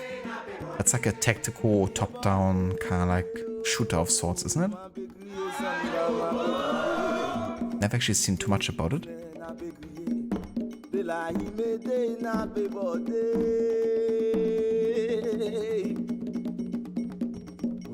Thank you for posting the raid modes into chat, Arthur. And yeah, honestly, no idea when the next stream is gonna be. Will kind of depend how, full and busy the week is gonna be. There's definitely gonna be less streams in the coming week though, because I'm also gonna be gone from Friday to Monday. Gonna do like a longer trip that we have planned for a while. So either I'm gonna stream like in the evenings, Monday to Wednesday at some point, or maybe, a daytime stream on Thursday. Kinda depend, but yeah. You guys will see me when I'm online, I guess. Thank you, Schiller. Definitely gonna drive into the south of Germany. Pretty close to Austria, actually. So it's gonna be quite a trip, like 6 hours of driving or so.